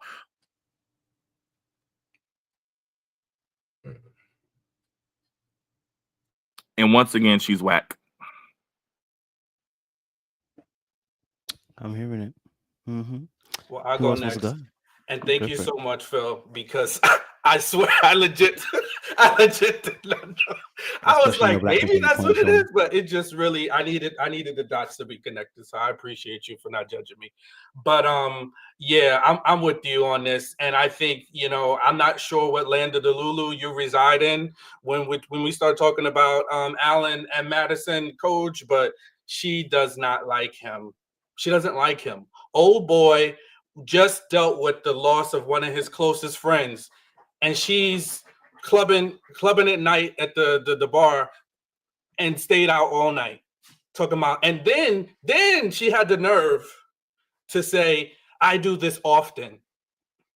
And he's just, I need him to like step up. I need him to have some oomph about him and say, nah, I really didn't appreciate that. But I did have myself a good time. I wound up talking to some ladies because he did enjoy the company of some women. He was like, hey, there was some great women that were here in our place, and we hung out by the pool and drank a couple of bottles of wine. I wish it were you, but I would prefer that you not do something like that very often in our process, especially now. Like, I wish he would check her. And oh boy, Alan, I don't know what he's trying to do. I don't know if he's trying to gain some brownie points, but that car was not a hoopty, okay? So he's co-opting our culture since blackness is a thing now that we're going to, talk about often. Yeah, that's not a hoopty. That's a Jaguar F-Type, a very, very fast sports car. I was here for it, Retails anywhere from about 65 to 75,000 to start. So yeah, it wasn't a hoopty, was definitely not a hoopty. El said, I don't care if it was 4 years old, 5 years old. It's not a hoopty. There's nothing hoopty about that, but nice car, Alan. But you could tell she still didn't like him. When he floored it, she didn't even say a word. She didn't get in the car. She didn't say, this is a nice car. Nothing until she got to his place, and then she kind of gave him a few compliments about his place. Then she was like, oh, he can cook. She's super, super judgy. very judgy. It's like she's, out here just like ticking off a checklist. Oh, does he do this? Maybe okay. She doesn't like him. It's never gonna, nothing he can do is ever gonna motivate her. He told her he went to the gym 4 times in a week. What kind of relationship they have? He's been to the gym 4 times. They haven't even gone once together. She has no clue. She's surprised when he tells that to Pastor Cal and Dr. Pepper. Yeah, I'm good on her. And I'm glad Dr. Pepper did finally say something of validity. We're not here to giving you steamy hot vibes. This isn't supposed to be some paraphrasing, whatever she said. We're trying to match you for a couple. Like, come on. I need some of these people to wake up. Like, you got on maths for a reason, because whatever you were doing wasn't working, and you need to be open to a different process. Don't come in here with your same nitpicking, silly ways, thinking that you're gonna, I just feel like, especially a lot of the ladies, they are just nitpicking the guys to death. It is just like annoying and frustrating to watch.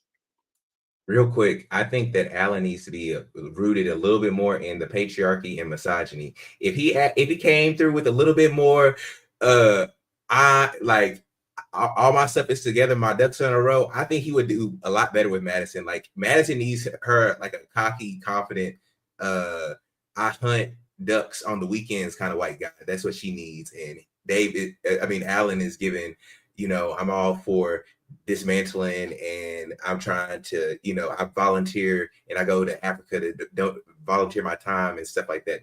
She needs a little bit of patriarchy, a little bit of tinge of racism. That's what she needs. That was a brutal wanting that she needs. Maybe not the misogyny part, but I hear what you're saying. You know what I mean? Like the patriarchy part I got. You know what I mean? A little bit. But no, she did a little bit of toxicity. You know what I mean? Hey, you know what I'm saying? He may not be Caucasian enough for her, but we don't know. But in all reality, I think I do think she needs a little bit more of that assertive energy that he doesn't have. He's not carrying that assertiveness very well. Maybe that's a little bit of what Thomas also lacks, with that assertiveness as well.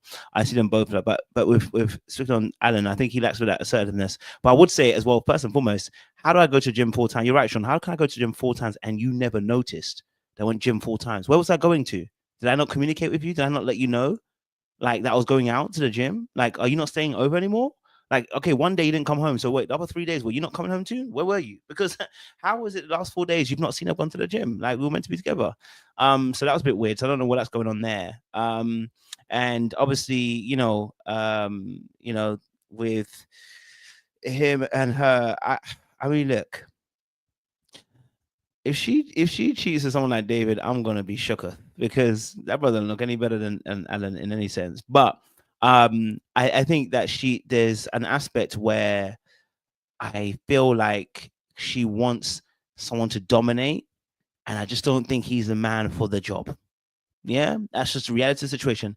He is not the man for the job. I think you need a little bit more of that. But then again, I say that, she needs to also be a bit honest about what she feels, because they talked about the cow and she didn't actually say everything was on her mind. And they actually told her to say what's on her mind as well. So Alan does need to bark back a little bit in a more responsible way, letting her know, listen, you can be assertive and not be rude. So you can tell her, listen, I'm not really feeling that. Like, this is what I want to do. So I need to do. But he's very compromising with somebody who's seemingly not as compromising. And that is a fault of his. I think what she sees, and my final point, I'll pass over to Mike, she does see a walkover, and that is unattractive to some certain ladies who have a lot more assertive energy, and sometimes we can call it toxic, some of the assertive energy, because sometimes it can be rooted in, just being mean and just generally rude. But she is seeing him and thinking to herself, these boots are made for walking, and that's just what they'll do. And these boots are going to walk all over you. And that's not attractive to her. So I think that may be for her coming her way as well. Alan is, yes, someone said Alan's a pushover. I think that's a big thing. Okay. Has anyone spoken on this, Alan and Madison? Because we're going to shift it.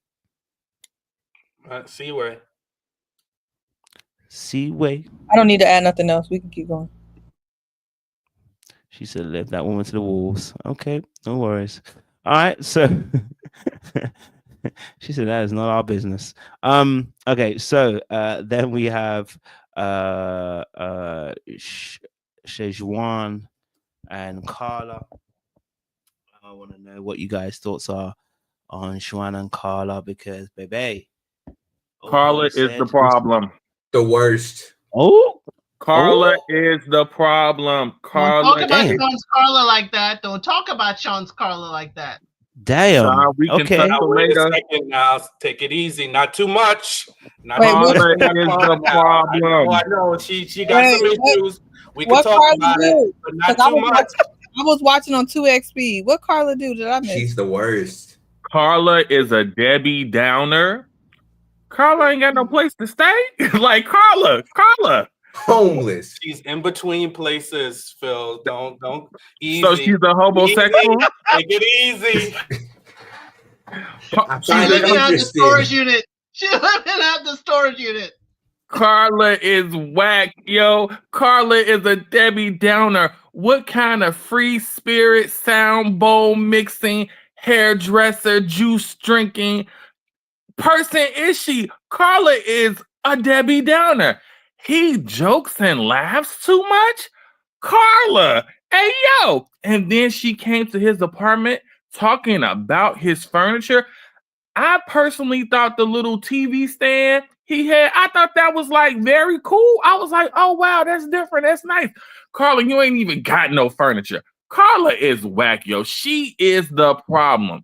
I thought it was Juan and his inability to travel and to make money, but Carla is a Debbie Downer. She is always, thank you, another round. She is judgy.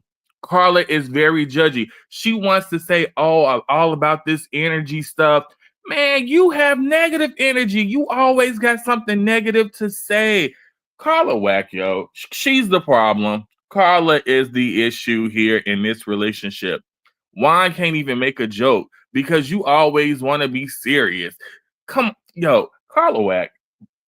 Sorry. Jay wasn't supporting you. She was saying it's judgy in here, by the way. It should be because she's a homosexual. I find it interesting. I find it interesting that we got on Tyler all a couple weeks ago, but when Carla don't got no house, Tyler don't got a pot to piss in, don't got Easton, no cut the furniture, crap. you don't got IKEA furniture. The wrong but she ain't a show. homosexual. No, don't I find it- connect that dot, bro. Your dots ain't connecting. Maybe we could talk about David, but there ain't no Tyler up in this foolish. She is the worst. And to be fair, she can be a free spirit. But the first thing and what got Juan off the train was when they were riding the bus. And I know we're talking about this episode, but when Juan got into the place of like, I can't win with this woman. I gotta eject her from this airplane, because was when she was talking about intimacy and all the magic wand stuff. That was when he got off the train, and I would have too, because I said, "Ma'am, you have no tact. You are uncouth. Like, why are we in front of all these people and you talking about all this sexual energy stuff and talking about people's magic wands and your energy?" That's when Juan got off the train, and ever since then she's been slowly quickly transitioning into a homosexual, which she is.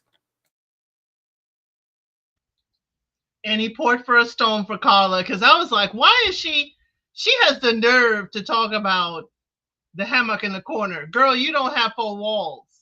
You don't have 4 walls. Your TV is not on a stand. It was barely anything in the storage compartment. And I'm like, girl, you judging Juan? You judging where his money goes? Well, guess what? He may not be spending $20 on that celery juice, but he got an apartment. He got an apartment. He got someplace to lay his head. You cannot legally stay in the storage unit. So where are you staying, Carla? Where are you staying? We didn't even get to hear, hey, my lease was up before the show, so I put everything away to devote everything to the process. We didn't even hear that to give her the benefit of the doubt. But it's like she's been living like that for months, it seemed like. I don't know what the heck. Are you showering at the gym? What is going on with Carla judging Juan so harshly? And here we are. Her place to go visit is U-Haul. Golly, girl. Golly. That's all I got to say about Carla. Really. I need you to use all that sound and harmonious stuff and put yourself in a better position in your life, at least with a roof over your head.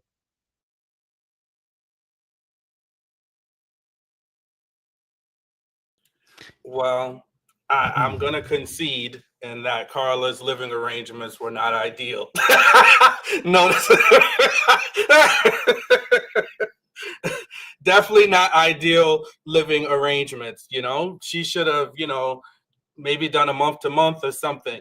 But she did have an apartment and her lease was up. So I just think those details do matter. So she knew she was coming to the MAFS process and she was forthright about it.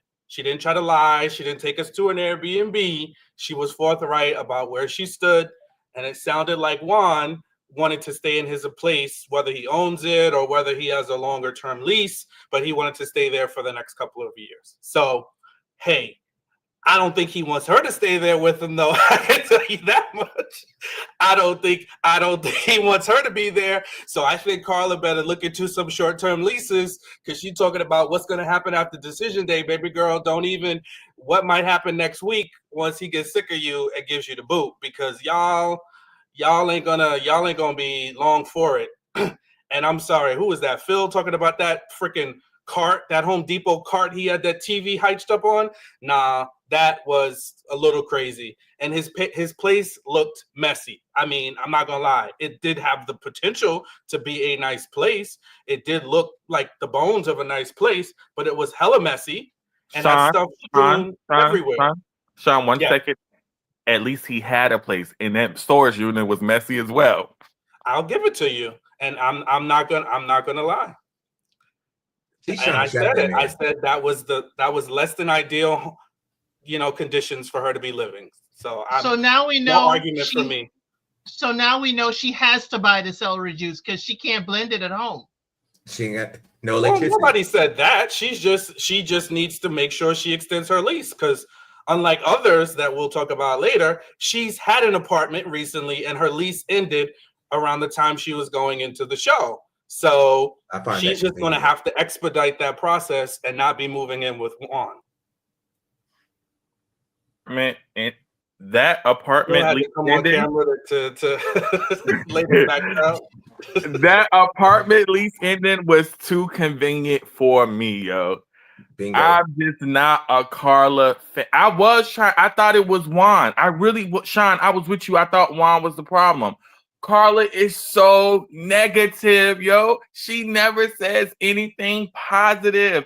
And then she keeps harping on this passive aggressive. He forgot about me. He forgot about me. Yo, the man apologized. Move on. Let it go, man. Yo, and then the hammock. You can't judge that man's hammock. Carla, you better be lucky if he lets you sleep in that hammock so you don't be outside in them Chicago winters. Yo, Carla, she's a Debbie Downer, and I'm disappointed. Carla, you supposed to be upbeat, free spirit, happy, giving us positive energy and positive vibes, yo. She's like the sad Care Bear around here. The grumpy Smurf. I'd be sad too if I was out and my wife said to me, "Oh, I just went out with my friend and I didn't even miss you at all. I didn't even think about you at all." Yeah, no, I'd be sad too. Because you have negative energy. You can bring them sound bowls, and she can come right over here. Carla, you want to relocate to New Jersey? Come on, girl. Them ain't sound bowls. Them the bowls you eat out of. Oh my God. You don't have a home? Come on, Sean, I was coming up here to have your back and defend you, but when you said that, Carla, come over here, I got to step away. I'm sorry. I'm being tongue in cheek, but you know, I get the scenario. Until she pulls up in Jersey in a U-Haul. She ain't coming here. You said it. She don't have my location.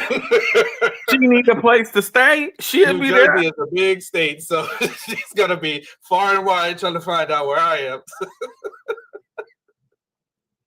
And I know how to duck and dodge. Seaway will tell you. I have ducked and dodged many a time. So, No, but I do think that is, it definitely doesn't look good, especially in this process. A big part of it is your spouse getting to see what your home life looks like.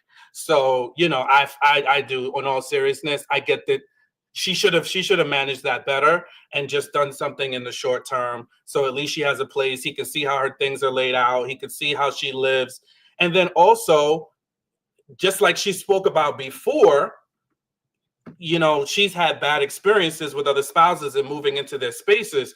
She should not want to move into anybody's space, especially if they're so new, because you would have to get to know him. So I think that's very, very sticky. And again, he told her she can get rid of some of her things and maybe bring a pillowcase or two. So he don't want none of her stuff in his place, and he's hell-bent on that hammock. So again, moving into other people's places, homosexual. Seems like a playbook that we know all too well.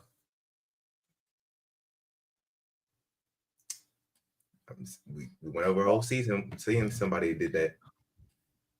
Well, you know, we'll have to leave the dust alone and move it on. But you know, yes, I was a little bit concerned that she didn't have a place to stay. She wasn't washing her bowls either. So that was another concern of mine. You know, call it what she wants, but it is looking a little bit dusty from Carla, and looking for someone to come and save her from the Princess Tower. You know, but you know, I do think that Juan can be a little bit more open when it comes to his place. I think he's a little bit safeguarding his place a little bit too much. I didn't actually have a problem with you know, I thought it was quite clever the way he did the television. You know what I mean? Like, it matches the decor. It's not a very nice decor, but it matches the decor. You know what I'm saying to you? He's got a bunch of things in that room, and it's giving, you know, a bunch of things in that room. He's going for a theme. And so I'm not mad at it. I think it was very much in place. You know, it would have been actually odd if he had a nice little TV setup, because actually everything in that room seemed to be placed there as if you're coming into one of those smash rooms. No offense to him. It's just the way it was set up. But so, you know, I didn't have a problem with that. I mean, he could use a feminine touch. So yeah, we'll have definitely like to see how that will play out between himself and Carla, because he did send a shot. Now, one thing about Juan is that he talks about her passive aggressiveness. He is a little petty. Like he be letting these little dry little comments come out of his mouth, which I think he knows what he's doing. Like, he let her know, like, I'm not even being rude, but you know, you don't have a place to stay. You know, like, he let her know that she ain't got a place to stay. You know what I mean? He let her know about the $13 that she spent on the juices. He let her know about the place not staying. He said another comment as well in that same passage of conversation. So he has his little dry comments that he makes. He knows what he's doing. Yeah, he's giving that little avoidant energy. You know what I'm saying to you? But we'll deal with him another time. All right, last couple. Obviously, David and Michelle. Finally, they obviously, you know, we said last week that Michelle only stayed there so she wouldn't be fined. This week she said, well, I'm going to go one better. I'm going to get my bonuses up, okay? And I'm going to make sure I hit all those bonus points that y'all want from me. She went away. Well, first and foremost, she didn't stay the night. Went away and then came back with a great new game plan of how he can spend time doing things that she wants to do, because she didn't ask him what he wanted to do. So it's going to be based upon what she wants to do in the meantime, before she quits the show, obviously by the end, right? So she said, at least I'm gonna get you to do the things I want you to do. What are your guys' thoughts, and ladies as well, thoughts on you know, David and Michelle and their relationship and where it's at right now? David showed us his basement, which I think was actually, you know, listen, I get it. Listen, I didn't think what I didn't think anything was wrong with it. The brother said, listen, if he's saving money, yeah, if he's saving money, if he's genuinely, I need to see bank accounts first. Otherwise, it's going to be a little bit like, what do you call it? Old boy, a couple of things about with Miller, right? Who said he had bank accounts in Colombia. Now, listen, if he has bank accounts and he has money saved up, I don't see anything wrong with this. He's single. He hasn't moved out. Yes, he's saving money up. He wants to, if he genuinely has been honest about wanting to buy his own apartment, I don't see anything wrong with it. He moved back in to save those coins. Now, my issue is, if the bank account is still empty, get your ass out of there, sir. You wasted my time, and you wasted everybody else's time. But Sean done said cap, but I didn't see those caps. Sean. Don't even try it, Sean. You're going to talk about, you're not going to go that hard for Carla. You didn't put on a cap for Carla. Carla don't have a roof, but you're going to have a problem with the dugout basement. Okay? He said 5 foot ceilings. 5 foot ceilings has me screaming. That has me screaming. That it has a ceiling. This is I true. understand. Sid. I agree with Kojo. If David's bank account doesn't look above 5 feet, then definitely hang him out to dry. Definitely hang him out to dry. But if he is saving, if he is using this to accomplish that goal, no problem. But if he is still check to check down here, then we have a different story. But I'm sorry, he's not on a month to month. We're not giving him the benefit of the doubt, I see, or maybe month to month. But he may be between places, Sean. You know, he could be between apartments, Sean. Come on now. We giving Carla the benefit Between of the the doubt washer because room and the garbage room. well, guess what? It's 2 rooms, right? It ain't between storage A and storage B, is it? Come on I'm now. sure she could be at her mama's house too, or her pappy's house. I'm sure she could. Guess sure what? she could. His stuff ain't gonna be locked out and put out if he ain't paying the daggone storage fees. Guess what? I don't like her game plan. She is going to use maps to do everything she wanted to do around Chicago when she first moved there. She's not into this man. She don't like him. And she had a problem because he's like, it's a simple apartment. Now, she took simple to me very derogatory. I didn't see anything that said that it wasn't, okay, it's a simple apartment. I don't think he was derogatory or rude. I think he was kind of poking when he said basic, because he was like, okay, if we're going to go there, I'm going to go there first. So, yes, his living arrangements, not the best thing at all. He should not be living there. I would want to know what his finances are. What brought him back to the parents' basement? But I'm not going to completely, dog him out. Or if you're going to give Carla the benefit of the doubt, you're going to have the same benefit to be hospitable to David. That's all. So, okay. I'm from Chicago. That basement looks like the typical Chicago basement. Like, it's not high ceilings. It's probably like 7-foot ceilings. Michelle's apartment was simple. It was nothing special about that apartment. I don't know why she got offended by simple. It was simple. What does Michelle do for a living? Because Michelle wants a lot of admiration for what she's accomplished, and I'm just waiting to hear the accomplishments. Like, is she some high-powered CEO or executive or anything like that? I don't know. Now, what we did learn in this episode is that he's only been in the basement for 8 months. He said he paid off the car early. He said he's working on his student loan. So I do think he's taking care of some financial responsibilities. But I'm going to go back to my original point.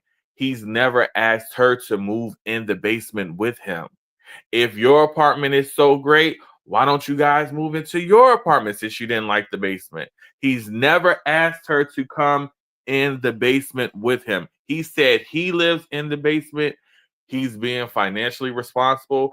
I think maybe Carla needs to go to her parents' house if that's available. But Michelle, that apartment was simple. The basement was basement. Okay, if that's not a word, but you know what I mean. It was a basement, but he's not asking you to move into the basement. He said he currently lives in the basement to get his finances straight. So I do think he's working towards some financial goals. What they look like, we don't know because she's not having genuine conversations. And Kojo, you made a good point, or somebody made a good point. I think it was you, Kojo. She just on this show trying to get what she wanted to get. Oh, we can do all the things that I like, not asking him any interest about himself at all. Michelle's whack, super whack, the worst. Alyssa 2.0. But that basement, yeah, it's a basement. And yeah, chicks gonna come to that basement. I don't know why she flexing like she ain't never been in the basement. Chicks gonna come to that basement.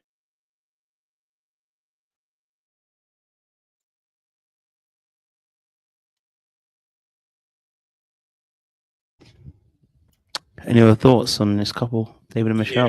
Yeah. Y'all can cap for that basement. That it looked horrible. Now, since we bring it in, I don't know where Easton went, but since we bring it in Love is Blind people, Nick, his basement was a nice basement. That was a nice basement apartment. You know, if you're gonna have one, it needs to look like that.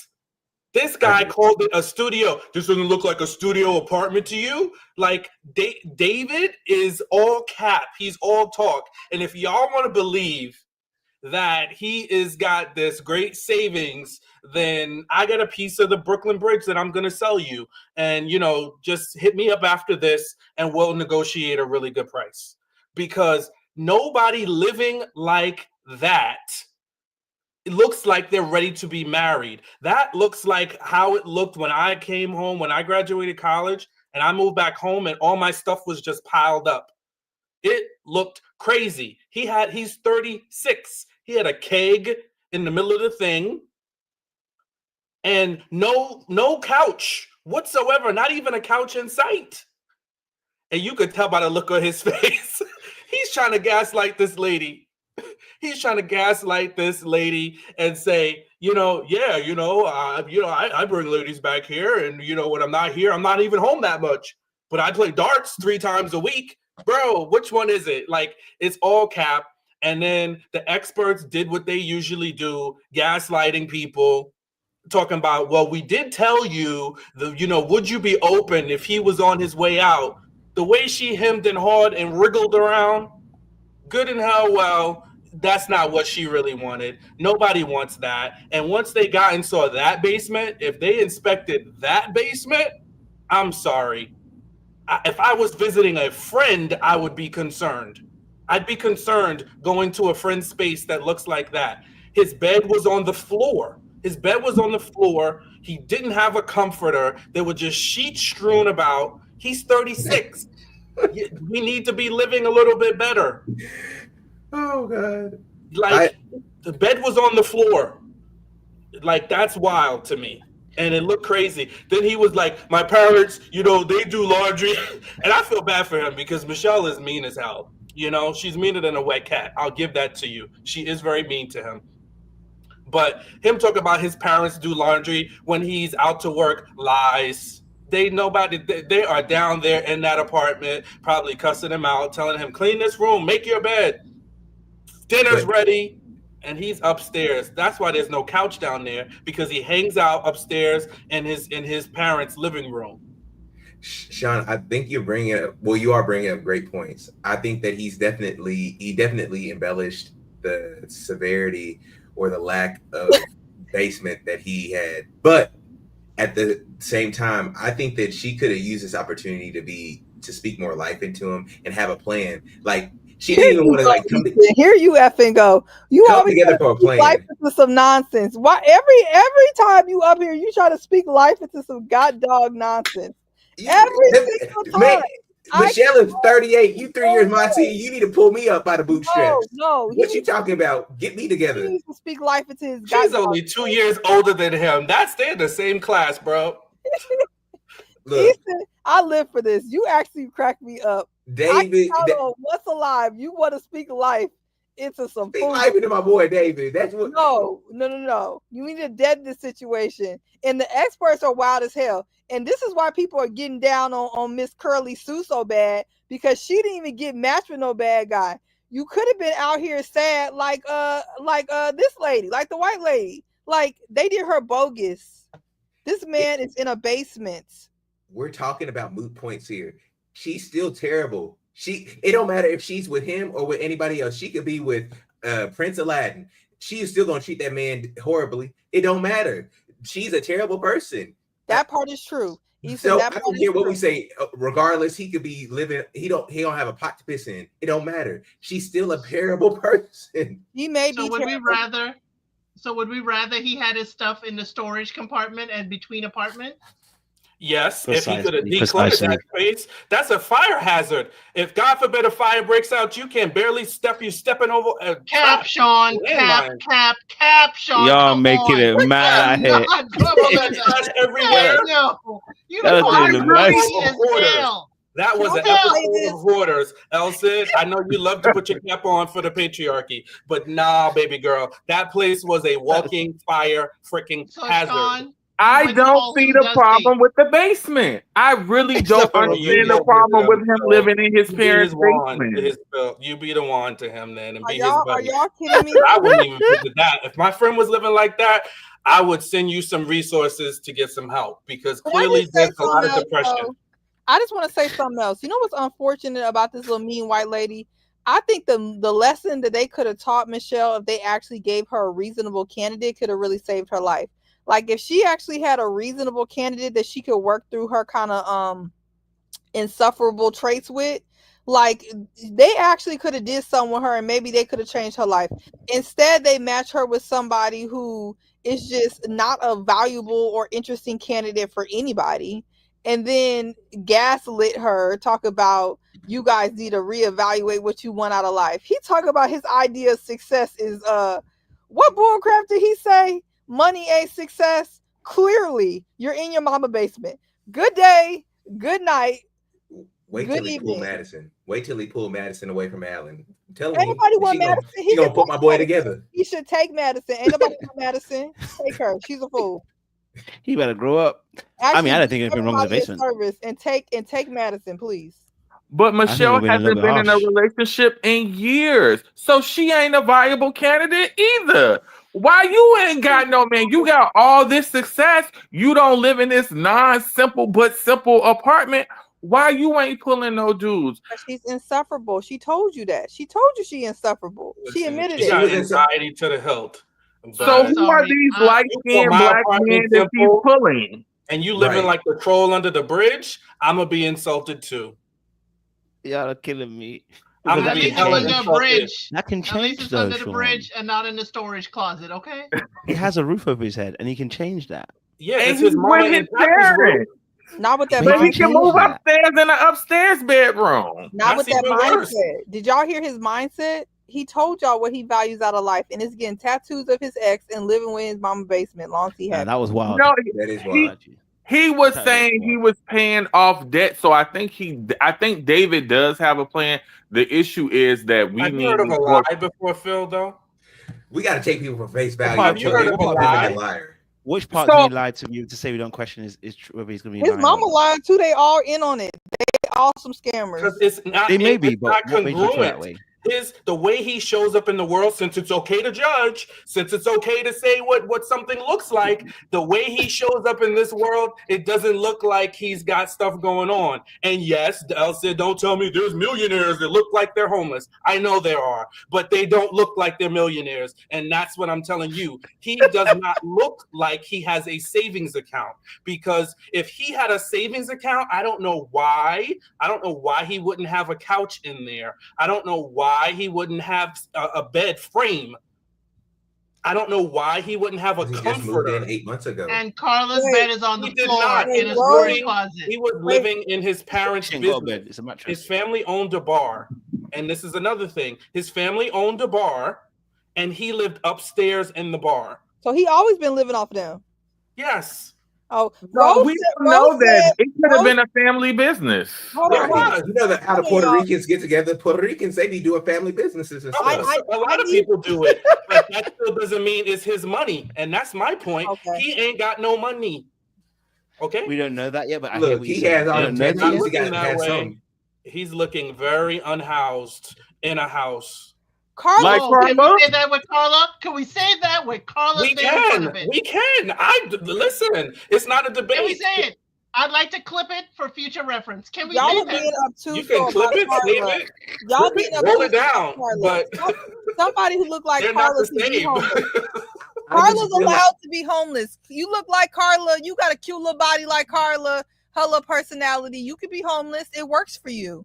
David's grown behind cannot be homeless. With Can you no. unpack that? See why? What why body you feel Carla like, why do you got? feel like Wait. she- Let's go back to Carla body. What her body at? You acting like she's a little chick. body. Anyways, wild for Not that. all right, Not for patriarchal black police. people, We're not not going for to tear black down a people. woman's body. We're not going to do that. I Let's not said, do cute, that. Patriarchy. I said cute little body. Cute little body. That's what I said. I And know that's you also did, but patriarchy. Her Phil's using about to her go body there. You know he's to get a wild place cannon. to live. See Come what on happens now. if she do that. I'm not patriarchy club is upholding the different. patriarchy. I'm just telling you what the patriarchy is about. All I'm saying, I'm just speaking to what it is currently. I'll dismantle it. But as of right now, Carla, within the patriarchy that we live in, can be homeless just fine. It works for her. It does not work for David's big grown behind. It does not. It don't work for Carla with that bad attitude. At least David is relying on his resources and he has the support of household and family. And I'm sorry, I thought it was admirable that he said he looks to his family and stuff as, you know, him doing well in life. Just because he didn't mention monetary things, I thought that was very admirable that he said family, love, being healthy mentally and stuff like that. That was admirable. The only thing Michelle got is money, and money comes and goes, but you want to have people in your life to love you.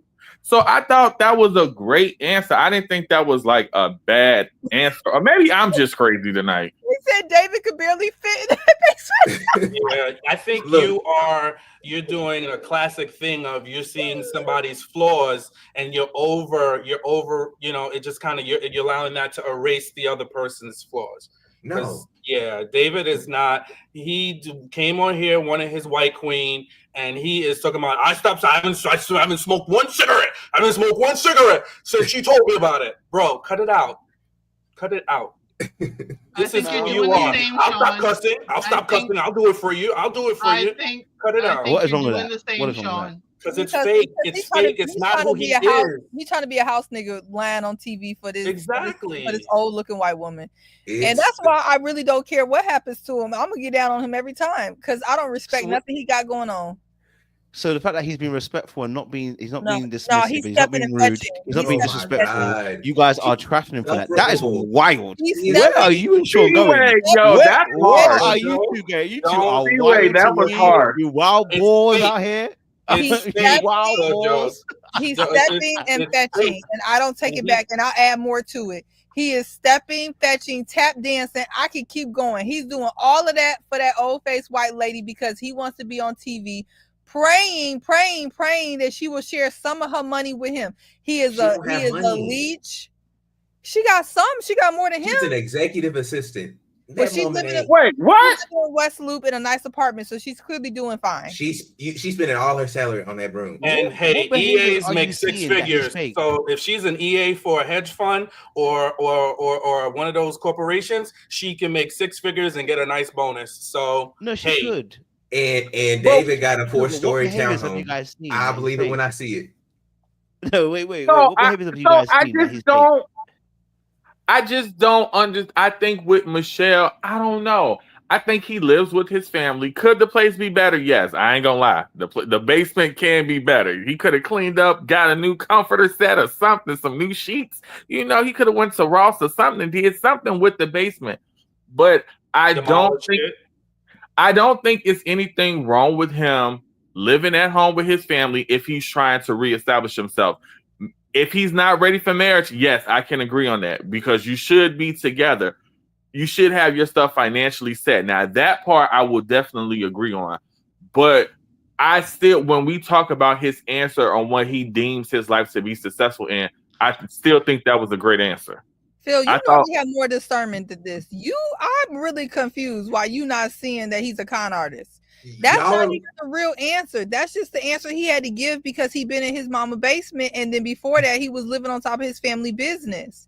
How long are you supposed to be getting your life together? Is this a permanent thing, or is this like a year thing? Because it sounds like he's been mooching off of his blood relatives for a decade now. So, and then we don't know that. That's the thing. Michelle hasn't asked, or the experts, or we haven't been shown enough questions. Like they just said, he's only been in the basement for 8 months. We don't know if he invested in the family business or a lot, because if he was living there, he could have been like the sole person that was responsible for it, and it could have cost him some financial insecurity. So he's trying to get himself together. We don't know enough, in my opinion, to pass such a harsh criticism. What's so harsh about it? That he. I think you're making a judgment already without actually knowing all the facts. You're looking at his basement, right? Because when we look at somebody's house, we make assessments based on how they live. Just like we could say, hey, listen, and you didn't get a whole lot of fight out of me when we looked at Carla's scenario pulling up to a storage house. It doesn't look good. And just the same way, and mind you, he kept hyping that basement up like it's a studio, it's an apartment, it's I've got this, I've got that. Maybe the angles And were then, bad. They didn't record all of had it. the nerve when she got down there, the audacity. That's how you know somebody is full of their own ish. To ask her, is this what you thought it was going to be? With his freaking side pony I think That it was was- ones in a row. you must No. be out your ever-loving Exactly. mind. I would be so quiet Exactly. if I Exactly, brought anybody to Kojo. that place. He It was wanted one to in a row. wind her up so she would say it's Elfrid, trash. He wanted to get her Elfrid, to say please. it's trash You must be and crazy. sound and tell him you are trash. He was winding her up and say, hey, Mhm. this is all it's cracked up to be, and get her on camera saying some rude stuff. I said, I need you to get into fictional writing because that whole narrative you just created was bonkers. David ain't got no time for dark arts.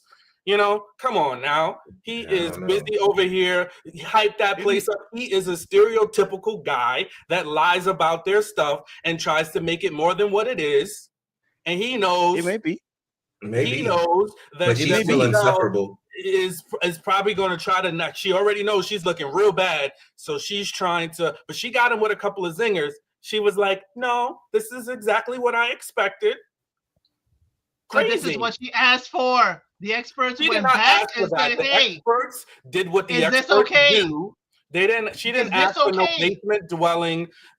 Is it troll under okay the if you bridge. have a Hey, basement it doesn't dweller? Looking matter. like Aladdin. She did not ask for that. The experts gave it to her, but She's she's still less than smart for insufferable. going to maths, thinking that she was going to get Michael Ealy in a downtown high-rise on with a waterfront view. No, now that I will give you, she is hella Delulu. She's hella Delulu, thinking that close That's to the 40 she's gonna problem. control into maths and get that. Wow.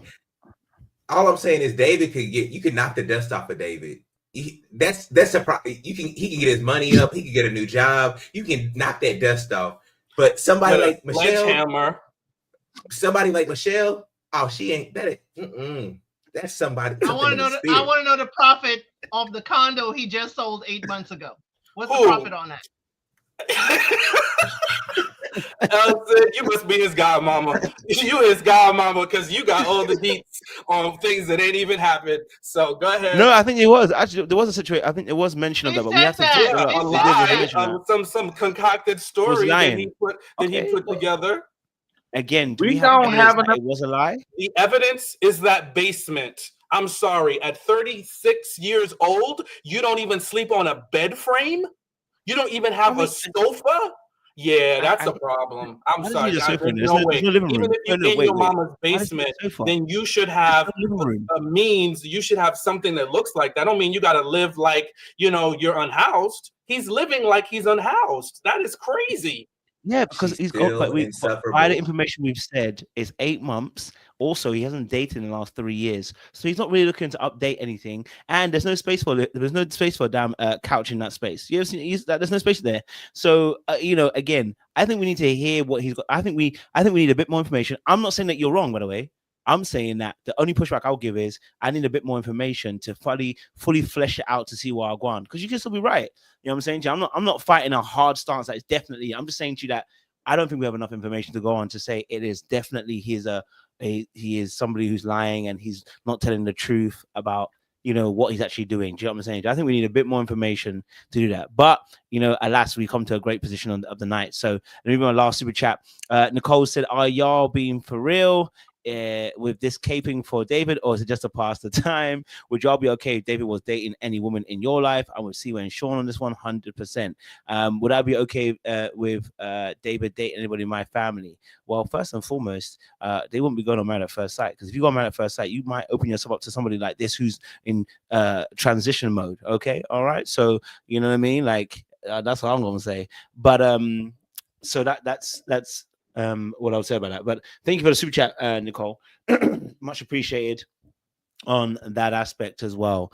But look, we'll be back next week. This has been a really good conversation. Y'all really turned it up towards the end. I cannot wait to see what's going to happen with David. I think he's going to come good. I think it's a good investment to put my money in stocks. And let's see what happens. He might be wrong. He might be a bad stock. Let's wait and see what happens there. Carla and Juan, let's see what happens in that space. Will she move in? We'll find out on the next episode of Married at First Sight, I guess. And then obviously we have Madison and Alan. You know, whether Alan has the key for Madison, we will find out as well in that space. We've also got Emem and Ikechi, and I'm telling you this now, I don't think Ikechi is going to, you know, love on. I'm sorry, Emem. Is it Emem? I always get the names mixed up. You know what? It don't even matter at this point because they ain't gonna be long together much longer. And then obviously we have our other couple, Thomas and Camille. I'm sure this argument will continue on next week as well, as we discuss obviously blackness further on. Again, look, it's been a great conversation for the last 2 hours and a bit. It's been really a great time as well. Yes, we got 100 Club as well. As you can see, there's a link in the description box. If you guys want to join us to have more of these kind of conversations, we're gonna literally go over to Zoom and have some more conversations as well. If you want to join us tonight, make sure you use a link in the description box, sign up, and you'll get a link as well to the Zoom call tonight for the next 2.5 hours. But before we go anywhere, I'm gonna let Sean do what Sean do best. He gonna give us the benediction. I'm sure he will let David know about what the Lord thinks about him being in the basement. The basement from hell. Deacon, the floor is yours. I'll take it easy on them, I guess, since that's the general consensus. But, you know, what I will say is for all those entering into relationships, you know, we're going to use a Bible scripture, a little essence of a Bible scripture. Be ye also ready. So be prepared before you enter into any situation. Please, husbands, wives, be prepared, be ready. Whether it's Carla, who needs to be ready. We understand that. Yes, be ready. Be in the place where the person can see and grow, right? For David, you should be ready. Be ready to take on a wife, right? Don't start your journey with your wife. Show her the journey that we're going to join together and move forward with. For Carla, show your husband, show him what he has the potential to have in his wife. Show him the home that you've made for yourself so he can be comfortable and how you guys can make a home together. So that's very important. Also, we talk about Ikechi and Emem. Please be honest. You know, in your relationships, be honest, be truthful, be communicative, but also be sensitive, right? Our words should be sprinkled with love when we talk to the people that we do love, right? So our words need to be uplifting. So Ikechi, be honest. Tell her how you feel. If you don't like her, let her know. If there's something she can do, let her know. But if there's nothing she can do, don't fake it. Don't fake it till you make it, not in a marriage. On to my favorite, Camille and Thomas. Listen, we do understand that everybody comes different. The blackness is in different shades, but just please remember, be sensitive when you talk about your spouses. And please, for everybody, we don't judge somebody's blackness. Blackness isn't something that we could put our finger on and quantify it. It is who we are. If we're born black, we're black. Although we may have different experiences, don't highlight what I don't have and what you have. Let's look to how we can grow. Marriages are joined together in the union by people bringing their different unique experiences and growing from that. Back to you, Coach. Thank you, Sean. Appreciate it. Listen, audience members, it's been a great Thursday night as always. I'm loving Thursday nights again, and it's good to have Sean, El Cid, Seaway, Easton. Good to have you as well on Popular Opinion, Phil. It's good to have you guys on here as well. Listen, I look forward to these Thursday nights now, so I can't wait to see what happens next week in Married at First Sight as well. Now I know obviously Ultimatum's come out, so I will start doing some lives for that as well. Just a lot of content that's coming out. I can't lie to you, my brain is getting fuzzed. Yeah, I'm not gonna lie to you. There's a lot of things going on, but I'll definitely I'll definitely go on an Ultimatum for you guys and do some lives on that as well for you. But ladies and gentlemen, we got to go. But listen, if you haven't already, make sure you like this live because we love to see you guys for it. Wait, and did I have I swear, did I have a dream? Is Ready to Love coming in January 2025? Or did I dream that up? I was like, yeah, I've heard that. I haven't seen it a commercial, but I've heard it across the social media waves. I don't know if I was having a dream or what. Okay, so but yeah, listen. So audience members, make sure you like, share, subscribe, click on that bell button. And if you haven't done it already, if you want to continue this great conversation, we are going to be on Zoom later. I say later, right now, for the 100 Club, where we get to have more conversations behind the scenes, catch 2 jokes, and obviously have a bit of fun as well. So we'll see you guys soon. Later daters, I might have to leave that one alone. I can't let you. There's too much show. I can't keep up. I can't even keep up. I'm gonna try this. I've seen a couple episodes though. That black guy be killing me. I mean, I've already said to you that X situation is pissing me off all the way off. But listen, audience, we'll see you again very, very soon. Thank you for Kesh, Phil, and Nicole who donated as well. We appreciate you as always. We will see you a little bit later on this week when we do some of the lives on Ultimatum, but which is looking interesting. I watched the first episode, and I can't lie to you, none of them should be in the relationship. I don't know what the heck is going on, and I don't know if we're getting conned or what, but everyone's talking in a weird way. Like they're talking as if they know. It's just weird. I don't know how to explain it. Like, it's almost like they almost came here for clout. They knew what they were. Do you know what I'm saying? None of them came here for an ultimatum. They came here for clout. Like, people are talking about, anyway, we'll discuss that when we do the first live, I guess. But very, very weird. Anyway, listen, audience members, see you again very, very soon. Much love, much appreciation, and we'll see you on the other side. Much love.